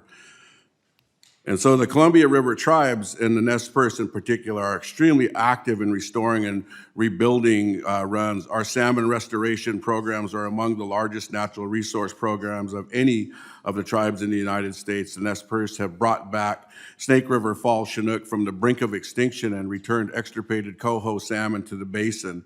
It's not for the lack of trying that we cannot have salmon and dams, but the primary man-caused source of mortality facing Snake River Basin fish are the dams and reservoirs that the fish must pass through their way to the ocean, and we need to do something about that for the fish to survive. Unfortunately, this bill takes a contrary approach that would tie the hands of the federal agencies and force them to ignore the realities on the ground by prohibiting any use to study alternatives and solutions to the largest source of salmon mortality and preventing adaptive and responsive dam operations that would be more beneficial to fish. In doing so, the bill would set the United States on an unambiguous course to destroy wild Snake River salmon runs, which would abrogate our treaty reserve rights to fish in all of our usual and accustomed fishing areas and those of the other Columbia Basin Treaty tribes. We are here to emphasize that the treaty partners, both the tribes and the United States, should benefit from the bargain negotiated. This bill would attempt to cement and burden the four lower Snake River dams burden of the four lower Snake River dams on the backs of the salmon and tribes. In contrast, we will be working on all of the actions the salmon need, including fully funding the work that salmon need, funding that has not kept up with the inflation. Madam Chair, and if I may, we have used these rivers and their waters since time immemorial, and we will no longer sit idly by and taken for granted. For over 16,500 years dated, our people have been in the area. We are people who fish. We need to be able to feed our people and to have a fishing economy. Going forward, we want those in Washington, D.C., the Pacific Northwest, and Bonneville Power Administration, electric utilities, and irrigators to understand that we will be speaking the truth for salmon, ensuring the United States honors the promises it made in our treaty, and working on true solutions that work for the salmon. Thank you, Madam Chair. Thank you, Mr. Wheeler. The chair now recognizes Mr. Mr. Vanderwall for 5 minutes. Chair Hageman, Ranking Member Hoyle, and members of the subcommittee, thank you for the opportunity to testify on H.R. 4970, the Orland Project Water Management Act. My name is Bill Vanderwall, and I serve as the General Manager of the Tehama-Colusa Canal Authority, or TCCA. The TCCA is a joint powers authority that delivers water to 17 agencies across 4 counties in the Sacramento Valley, supporting more than 156,000 acres of farmland and generating in excess of $1 billion annually in economic benefit. Our facilities not only sustain agriculture, but also provide important post-harvest water supplies for groundwater recharge and wildlife habitat. Reliable water deliveries are the foundation of our rural economy. The Bureau of Reclamation's Orland Unit, constructed in the early 1900s, provides irrigation water for 21,000 acres in Glenn County from East Park and Stony Gorge reservoirs. It was developed decades before the Central Valley Project and is not integrated with the CVP operations. Because of this separation, the Orland Unit is prohibited from transferring water to CVP contractors like the TCCA, except in drought emergencies declared by the governor. This limitation persists even though the Orland Unit often has surplus water available in most years.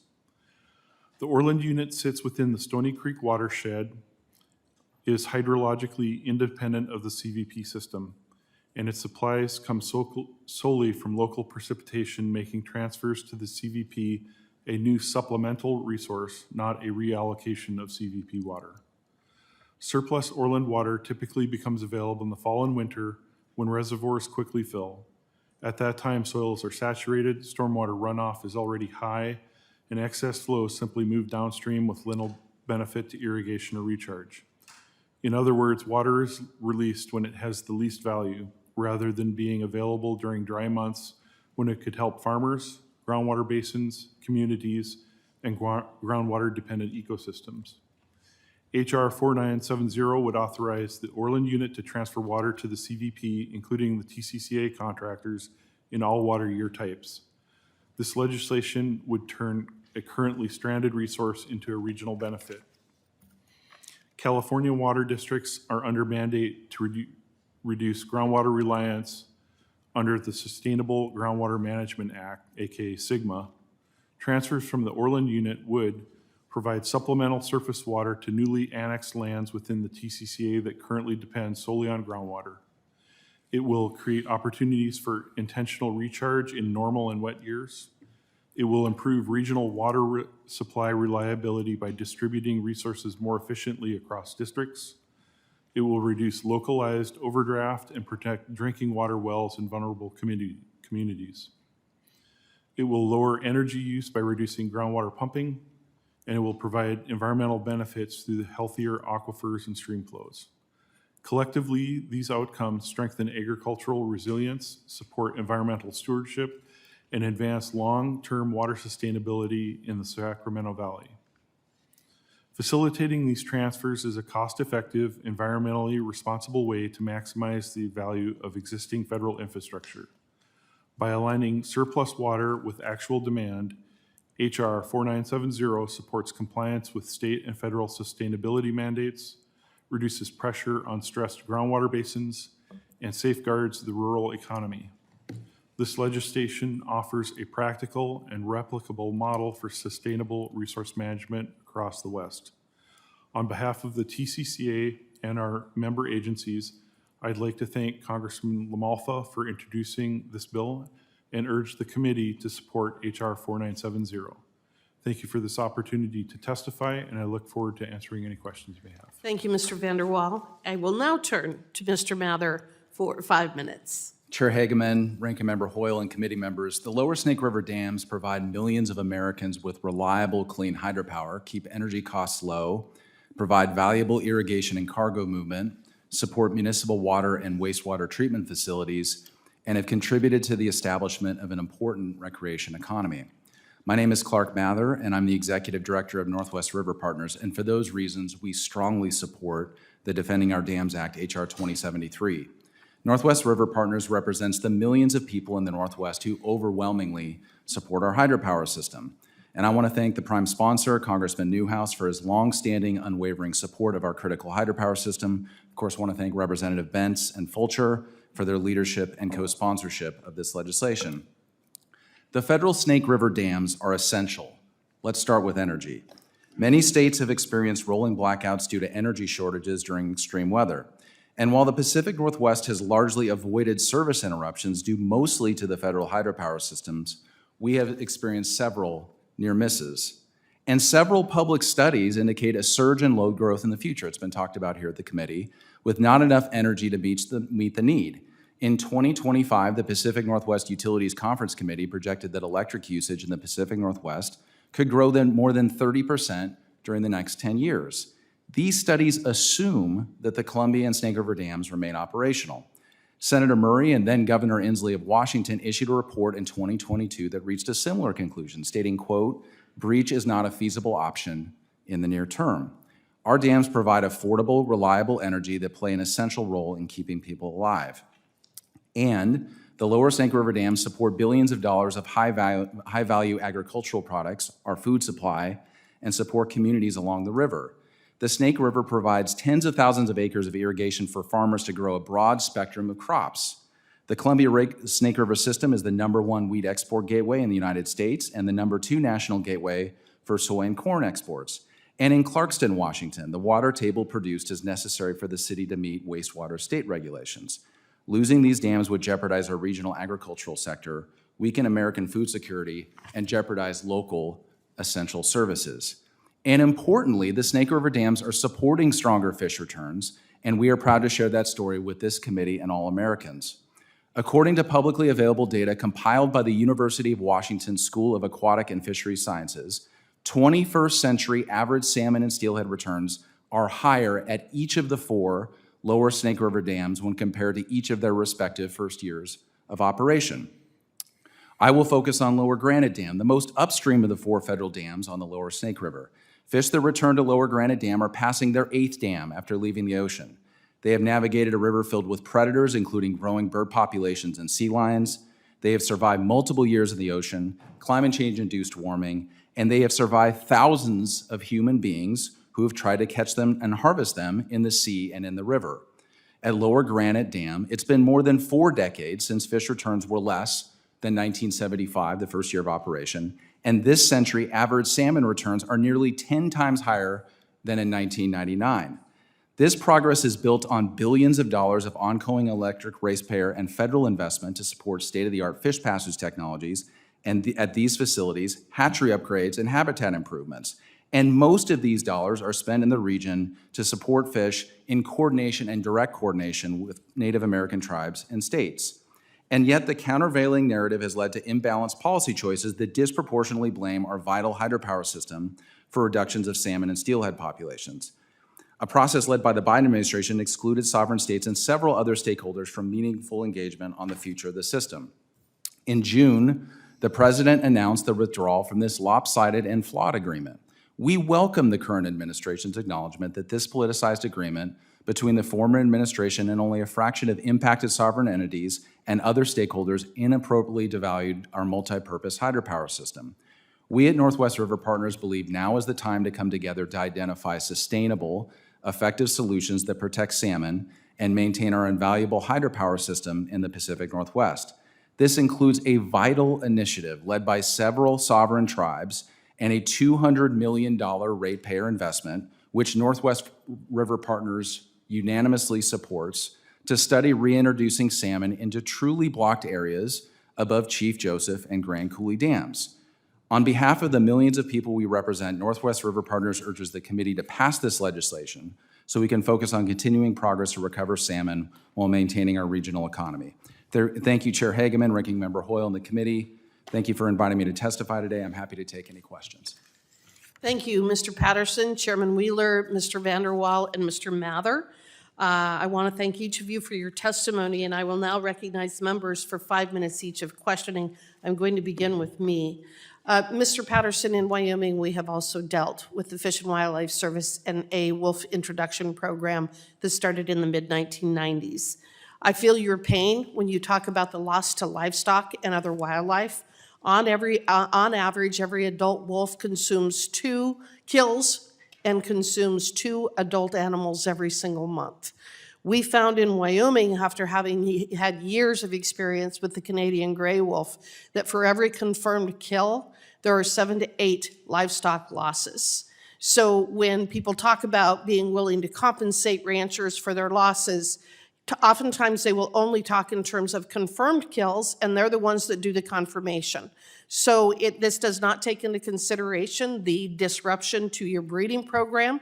It doesn't take into consideration the disruption and the impact associated with what it does to keeping your cows stirred up. It doesn't take into consideration the loss in weight with your cattle and when you're attempting to sell your livestock. So I definitely understand the challenges that you have had in trying to run your operations when dealing with this apex predator. But it is also clear that the Trump administration is using tools at its disposal that the Biden administration simply didn't want to use to help you manage your conflicts with the Mexican wolves. How have things changed since January, and what barriers still remain since the ESA continues to prevent more robust management? They're listening. Excuse me. The Trump administration is listening. They're listening to rural Arizona and rural New Mexico describe the issues. Yes, there are huge issues with our livestock, but we've had a livestock crisis with Mexican wolves for a long time. What's different today, and what folks don't seem to realize, is we now have a public safety disaster as well. These wolves are stalking our kids. They're showing up 10 feet from the front door of our elderly people. They're snatching our dogs off our front porches. They're killing barrel horses. We have a public safety disaster that needs to be addressed. I also want to confirm, if I heard your testimony correctly, the number of of the Mexican wolves exceed recovery goals as set by the Fish and Wildlife Service. Is that correct? The service estimates that the minimum number of wolves on the landscape is 286. Privately, they will also tell us that they assume that that number is underestimated by at least 10%. If you do the math, right now as of December 31 this past year, we were at 318 wolves. The threshold is 320 wolves. We're there. Okay, all right. Mr. Vanderwall, in your testimony, you note that agriculture in the Tehama-Colusa Canal Authority service area generates over $1 billion annually. How would access to Orland Unit surplus water help safeguard the economic engine during droughts? Thank you for the question, Chair. This water that we would be able to access, in many years we have droughts and would have to fallow fields, so crops are not being planted, crops are not being grown. So this amount of water that the Orland unit could potentially transfer would be able to help the local economy by growing crops in those fields that otherwise are fallowed. Okay. It also, more importantly, I think, is focusing on the opportunity to use that water in crops instead of pumping groundwater or doing recharge projects in wetter or normal type years to help, keep our aquifer healthy. Excuse me. And Mr. Mather, turning to you. In your testimony, you cover the important role that the lower Snake River dams play in the Pacific Northwest, not only for enhancing grid reliability and energy security, but also supporting critical industries like shipping, tourism, and agriculture. Can you share how important this infrastructure is to the Pacific Northwest? Chair Hageman, we believe they're not only essential to the Pacific Northwest, we believe they're essential to the country as a whole. As I mentioned in my testimony, the Columbia Snake River Navigation System covers 465 river miles. We're the #1 wheat export gateway in the United States. This system supports billions of dollars of economic activity, American food security, and all sorts of essential jobs on the Columbia River. It also provides some of the most affordable electricity in America that provides reliable service to millions of people in the Northwest. And on the times that we have extra energy, we're able to sell that into the market for other parts of the United States to benefit from. There's tens of thousands of acres of irrigated agriculture. There's a growing cruise boat business and recreation in the region. We think these are really essential services, not just to the Northwest, but to the U.S. as a whole. Well, thank you, and I agree with you. I now am going to call on other members to ask questions of the panel, and I first will call on Mr. Huffman for 5 minutes of questioning. Thank you, Madam Chairman. Chairman Wheeler, I would like to talk with you about Columbia River salmon runs. I represent several tribes back in the north coast of California, similar in some ways to the Nez Perce. Salmon and steelhead are especially important to them, and so I understand the importance of your being here today. I appreciate the passion in your testimony. It should come as no surprise to anyone that salmon and steelhead in the Columbia River Basin are in crisis, because the reality is that 13 species of salmon and steelhead in the basin are listed as threatened or endangered under the Endangered Species Act. That sort of speaks volumes to the state of the salmon and steelhead run. These fish are way below historic population levels. For example, Snake River spring and summer Chinook are down 99.3% compared to historic numbers, according to NOAA. So Chair Wheeler, I want to ask if you could give us some perspective on how Columbia River salmon and steelhead are really doing. You heard the chair say that, they're up from some data point in the 1930s, and I was just fiddling on my phone, and then I know that the 1930s were a huge salmon crash. So that's probably not the metric that we want to use for the state of salmon in the Columbia River Basin. How do you think we're doing? Well, I think overall, thank you for the question too. And if I may, Madam Chair, respond to the question. When we talk about the Columbia River and the system that and the sustenance that it provides, the bill itself today is talking about the lower Snake River area and the lower Snake River species. We're talking about ESA listed species that are in the system. Now, when we combine everything and we're saying mid-Columbia Sea, upriver brights, those are different species than the ESA listed species that we're talking about. So when we see and hear those numbers, we know that they're not part of the discussion when we're talking about the lower Snake River and the tributaries that are part of the Snake River system.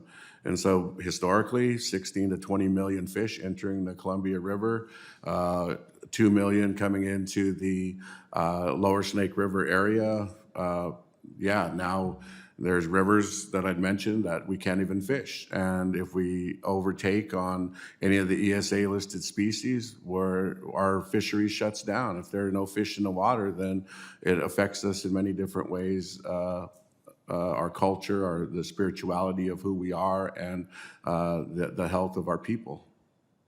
Yeah, tell us a little more about what it means for your people when you can't fish, because I've experienced it with the Yurok and the Kuruk tribe in my district. I've seen what it does to the elders, to their ceremonies, to their economic interests, and their subsistence. Well, thank you, and Madam Chair, if I may again continue, from the cultural aspect, our language, our songs, our prayers, many of them come from these areas. They're spiritual places. We're in the water, we're in the gravel, we're in the places where there's wild tobacco, we're on hillsides. These are the places where you're teaching your children, and they're experiencing this type of life, this way of life that was promised in our treaty, what was reserved in our treaty. This was something that we call Tamalwit, or the unwritten laws of the land, which we go by, and it's only in these places that we're able to do those things. And with the lack of fish being in those waters, weren't able to experience those that relationship with the land. We're not able to interact the way that we should be and could be. And so, yeah, and this is not even talking in the health sector. The health sector of obesity, diabetes, heart disease, high blood pressure, autoimmune diseases that was more prevalent during COVID and spelled out, and our lifespan. Nez Perce men, average lifespan 62 years old. Women, 2 generations less than all the rest of American women. And these are the impacts that are real, that we experience and that we feel on the ground and within our nation. Thank you. And I know you've been on a litigation treadmill for a long time. I want to just ask you my last question, what it's been like to try to use the Endangered Species Act, which is simply meant to stop things from going extinct. And so we're constantly in triage mode when we can't talk about recovering to abundance.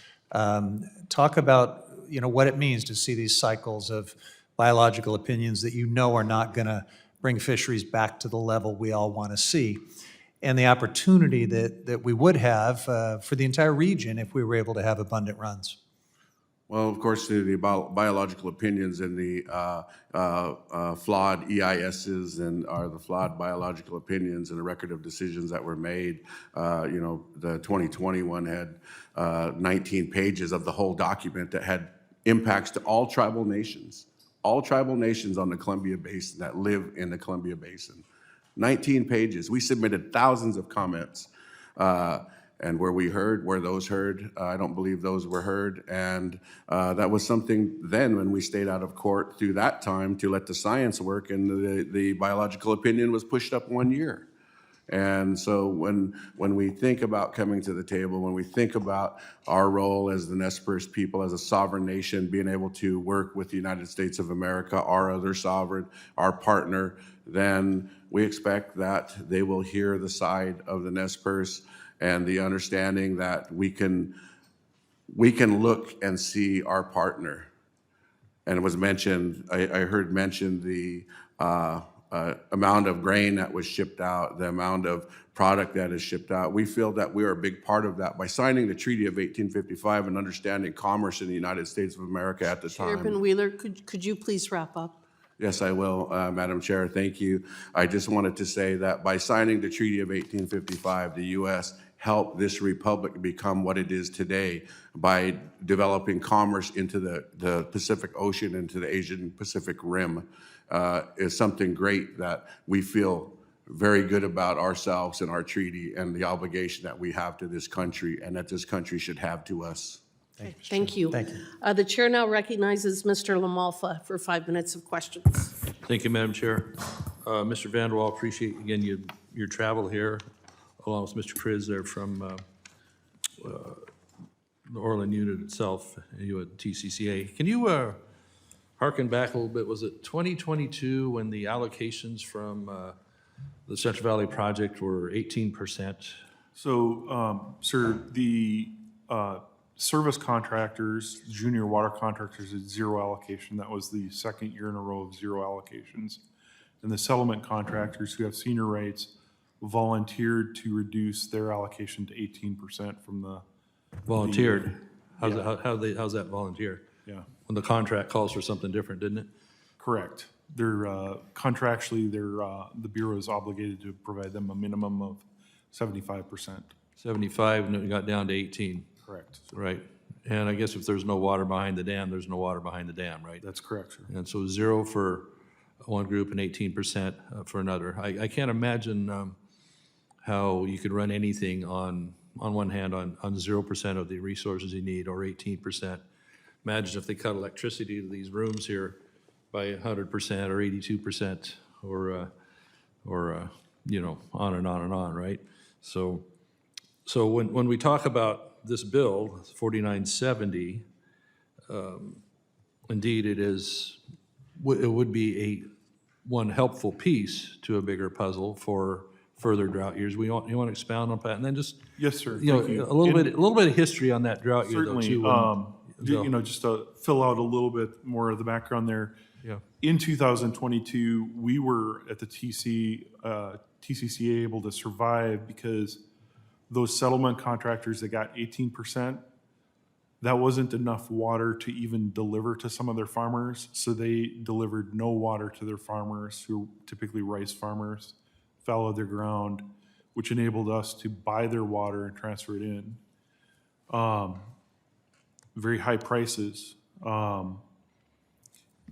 The Orland unit that year, I believe they may have had 5,000 acre feet of surplus water that in the wintertime of 2023 was released because they needed to make room for flood control purposes.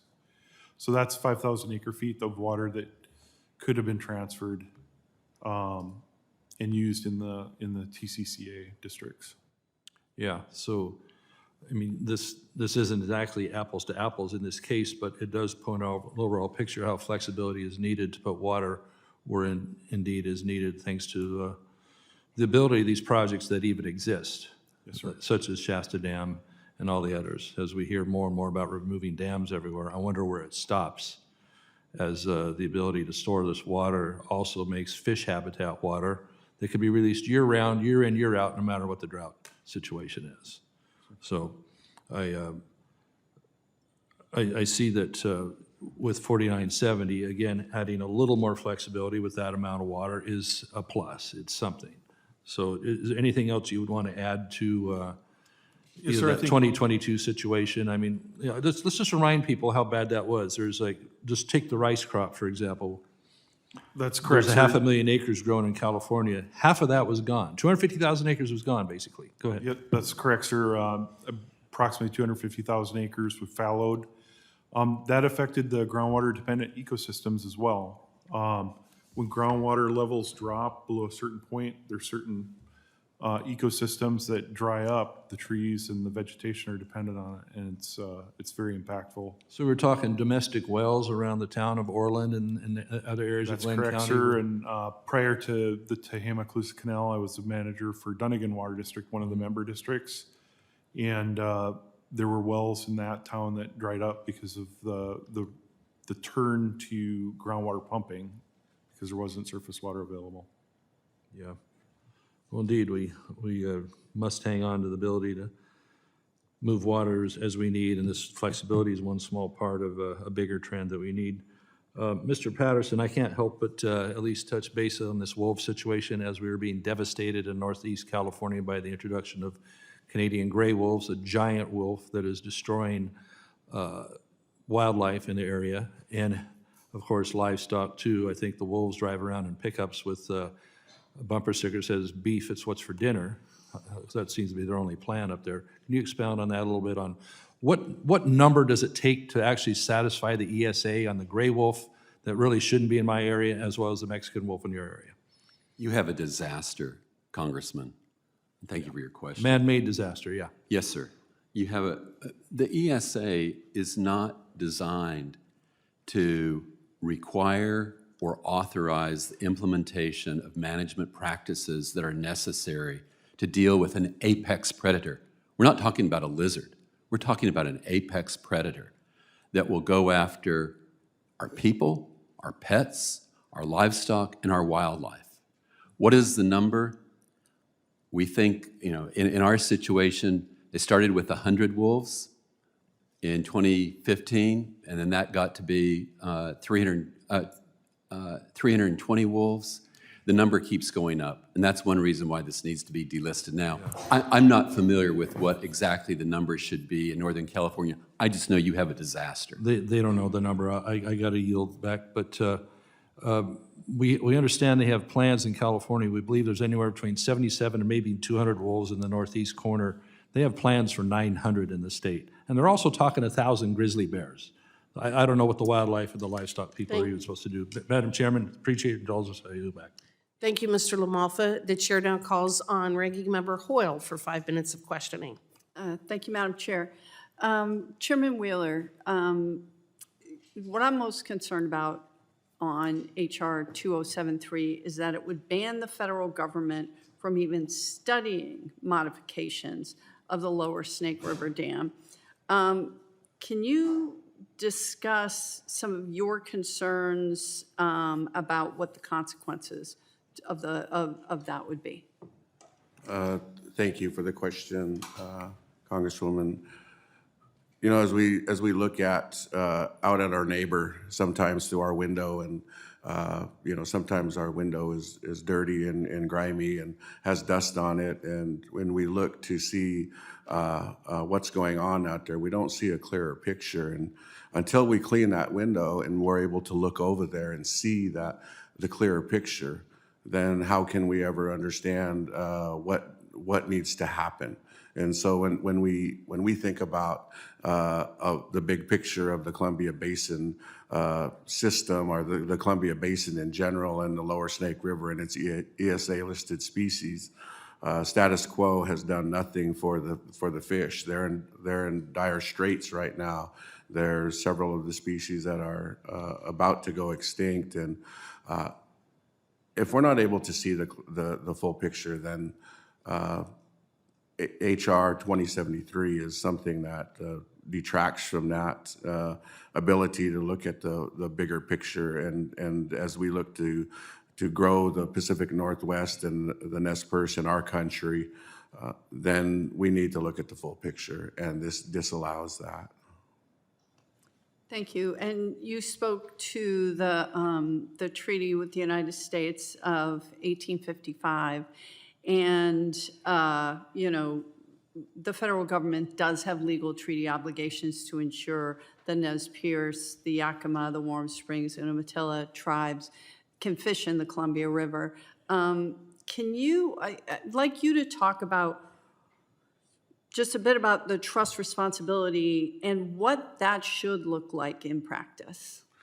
Well, in practice, if we were to look at, we'd say a treaty bridge, for instance, from your side to our side, and being able to cross that bridge. In 1855, we were able to cross that bridge back and forth. And over the course of time, that bridge is deteriorated. If we call it the treaty bridge, then, when we work with federal agencies under statutory authorities, they were developed, and their development and under those statutory authorities are to ensure that the trust responsibilities are that they have to uphold based on treaty rights that they and a treaty that they negotiated, that's in the Constitution for us under Article 6, Clause 2, and we're all subject to the rule of law. And so if your inability to be able to uphold the rule of law, in which this case you need to uphold the rule of law because Article 6, Clause 2 is where the supremacy clause and treaties sit, then we as people need to be able to express and explain that as a signer of the treaty. We need to show that here's where we are on the treaty, and here's where the United States is. This is what was promised. This is what the Nez Perce granted to the United States of America, and this is what we reserved. We reserved the ability to hunt, fish, gather, and travel in all usual and accustomed places.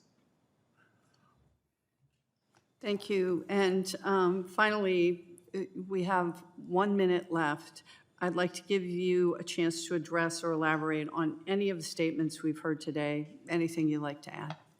Thank you for the allowance of this time. And, I think that, one of our greatest chiefs of all time, Chief Joseph, said it does not take many words to speak the truth.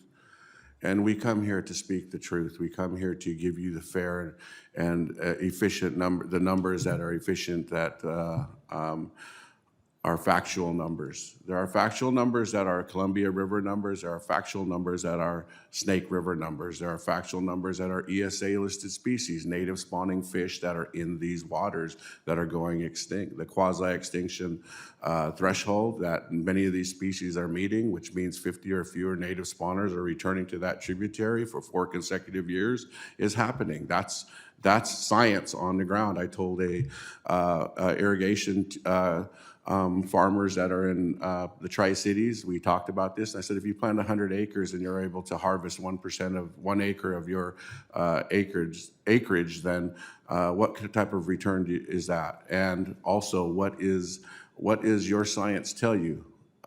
And do you believe your science? Well, we believe our science, and we bring that science forward as well with us. Thank you.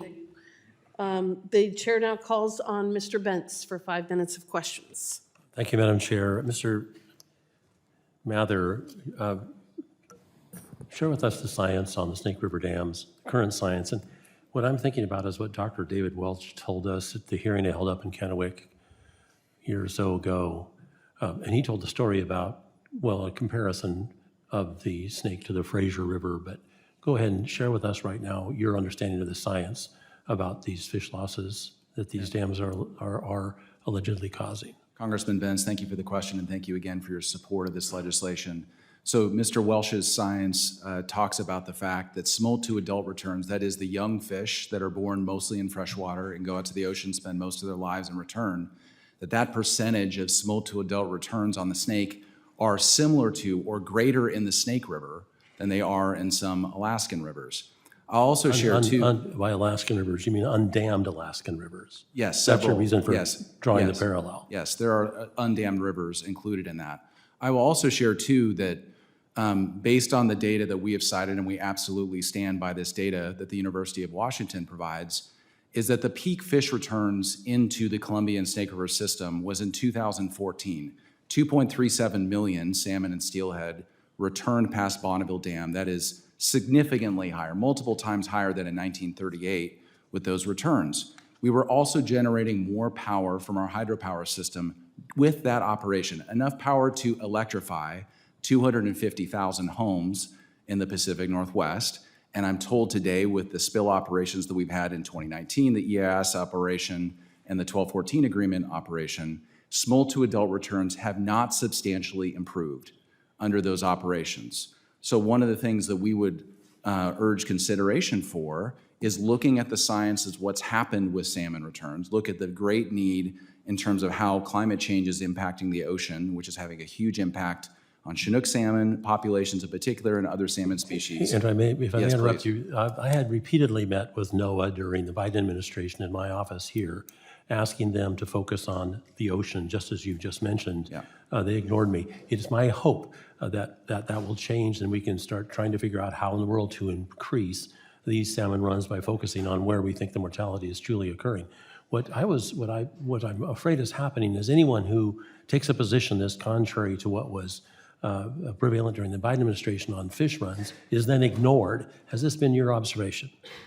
So we have worked very hard to amend the implementation of the 1214 agreement. And I would just share with the committee today, we had significant concerns with how that agreement was being implemented, not only before the formation of the agreement, but since the agreement went into place, where there was clear data showing that different perspectives that might provide more power and better salmon returns were ignored. And if I may, because we're going to run out of time, in my brief glance at how much money has been spent to try to recover these runs over the past years by Bonneville Power, I note a number of $15 billion in deferred energy generation and in improving the fish passage in these dams. Does that number, I'm actually quoting in part from the Northwest Power Conservation Panel report, $1.43 billion in 2023 alone. Do these numbers sound in the ballpark to you? Mr. Benz, I'd like to follow up. I believe the number may be higher. than that. And what I'm trying to say is, this is a situation that we have been focusing upon literally for decades, and we've actually made dramatic improvements. I want to shift to one other thought, and it has to do with the existential nature of those dams. It happens that in World War II, 1/3 of the aluminum that was used in our winning World War II was created by virtue of the power generated in the Grand Coulee Dam on the Columbia. I don't think anyone would dispute the absolute essential value of the electricity generated by these dams. Today, we're facing another existential issue. It's called artificial intelligence. We're in a race with China. And frankly, people understate where we are right now when it comes to our inability to generate enough electricity in this country. Why in the world would anyone, given that existential issue, because it truly is, want to start removing those four Snake River dams, or for that matter, any part of our hydro generating system?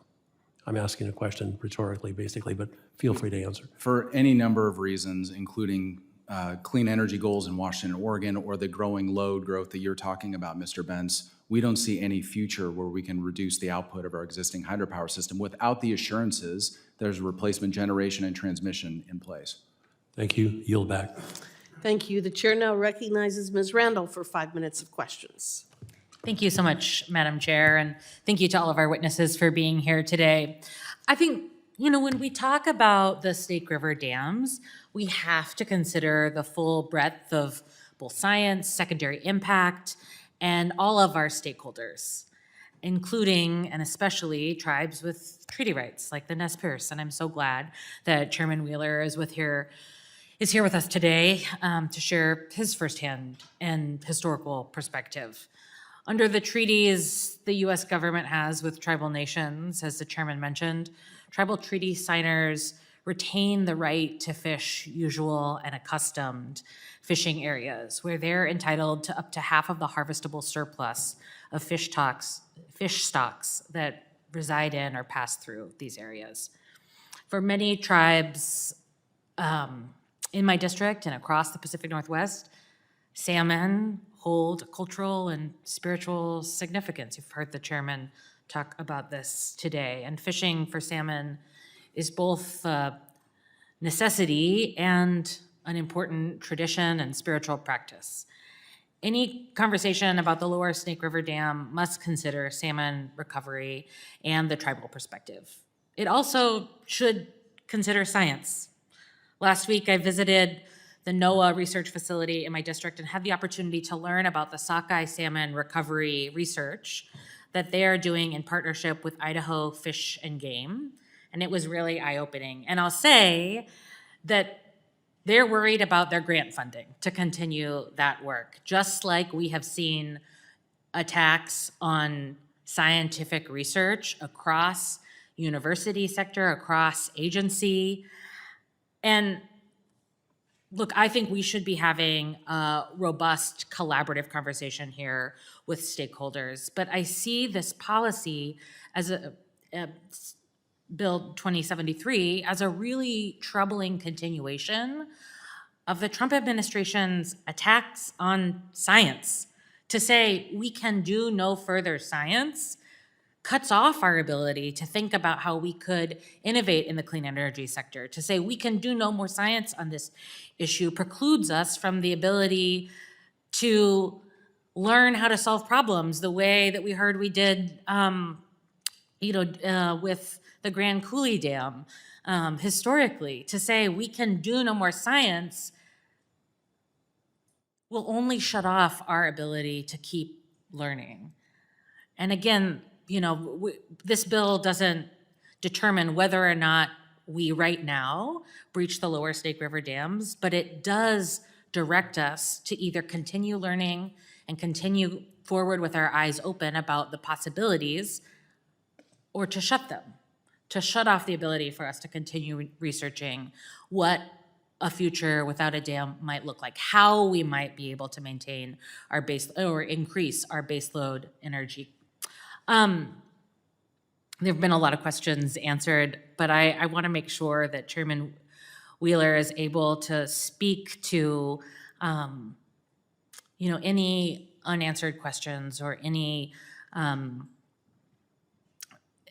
any information that came up that deserves an answer. I think it was clear to me on my Codel to Alaska in August that not everyone in the United States learns extensively about salmon in elementary school the way I did. So please, Mr. Chairman, if there's anything else you'd like to add.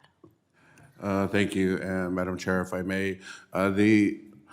The things that we think about at NSPERS are, the way of life of the people and our relationship to our sovereign United States of America, and who we are as a neighbor, who we are regionally, who we are nationally, and who we are globally, to think about advancing the Pacific Northwest into the future. And we can talk about archaic dams and continued escalating costs going into the future. And we can talk about the future when we think about AI and all the things that are happening going on that's going to be happening. But if we're not allowing new technologies and new ideas to come forward, then we're not doing the right thing for our people and for those generations yet to come. Every child in my community basically has some type of handheld device that takes electricity to charge it. So electricity is very important to the NSPERS. Agriculture, food is very important to us. Transportation, recreation, all important to us. But so is our culture, and so is the culture of the people yet to come. And for us to advance that going into the future, that's all we're here for, is to ensure that the Pacific Northwest becomes stronger, better, and smarter. And under the Resilient Columbia Basin Agreement, that's all we were attempting to do, was to show what the future could look like and should look like going on from here on for the next generations. Thank you. The chair now recognizes Mr. Gosar for 5 minutes of questioning. Yes. Mr. Patterson, critics will tell us that Mexican wolf has not met the recovery yet. But you and I both know that's false. You describe this problem as America being held hostage by a foreign government, AKA Mexico. Question, should the international population of Mexican wolves remain in domestic goals? Thank you, Congressman. It's absurd for us to be so arrogant as to think in the United States that we can dictate foreign policy in Mexico. If the Mexican government wants to recover the wolf, let the Mexican government recover the wolf. But what we can control is what happens in the United States, I would hope. So what we should focus on is what's in the United States. Now, you mentioned the cost earlier in your testimony, but are American taxpayers footing the bill for recovery in Mexico? And what is that cost? To date, according to the Fish and Wildlife Service, the American taxpayer has spent $74.6 million on recovery of the Mexican wolf. At a hearing in Reserve, New Mexico, a couple weeks ago, the chief of the Wildlife Division was asked the question, are we sending money to Mexico to help them recover the Mexican wolf? The answer was yes. How much of the $74.6 million is going to Mexico? I do not know, and he didn't answer. Wow. Now, as a dentist and a healthcare professional, I must address the human impacts of the Mexican wolf.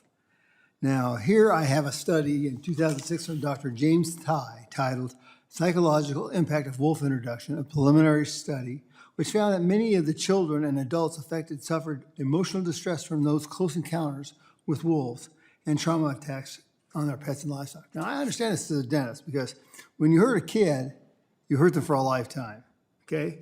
So Mr. Ty concluded, it is clear that the individuals involved fear a loss of income, serious damage to their way of life, the greatest fear focused around a very real and present threat of a wolf attack on a human, most especially a young child. Another one here, a 2007 study from Dr. Julia Martin titled Changes in the Mental Health of Children Who Have Been Intimately Exposed to Wolves, found that the changes have affected children's behavior to include about 75% of major symptoms of PTSD. I ask you now to be placed in the record. Without objection, so ordered. Mr. Patterson, do you agree that the Mexican wolf continues to negatively affect the children and adults? I think the Navajo Nation has it correct, Congressman. The Alamo chapter of the Navajo Nation has subscribed to the testimony on video on wolvesamongus.org that the Mexican wolf is evil. It is a skinwalker. It is a personification of evil. It causes mental illness. I would add to that the personal experience with my neighbors, with Callie McQueen, who wakes up nights screaming with nightmares of wolves. The nightmares that her older sister Taylor McQueen has because wolves killed her barrel horse. Of course, these kids don't feel safe. Of course they will have problems with the consequences of this program. So now I'm in another part. The mismanagement of the Mexican wolf is another case of NGOs taking the reins and steering the initial intent completely off course. Can you speak to how the NGOs have hindered the progress in recovery, delisting, and delinking? In our experience, the NGOs have advocated for one thing: more wolves, regardless of what the impact is going to be on the people who live among wolves. We have to pay attention to the reality of the people who live among wolves, and they refuse to acknowledge that.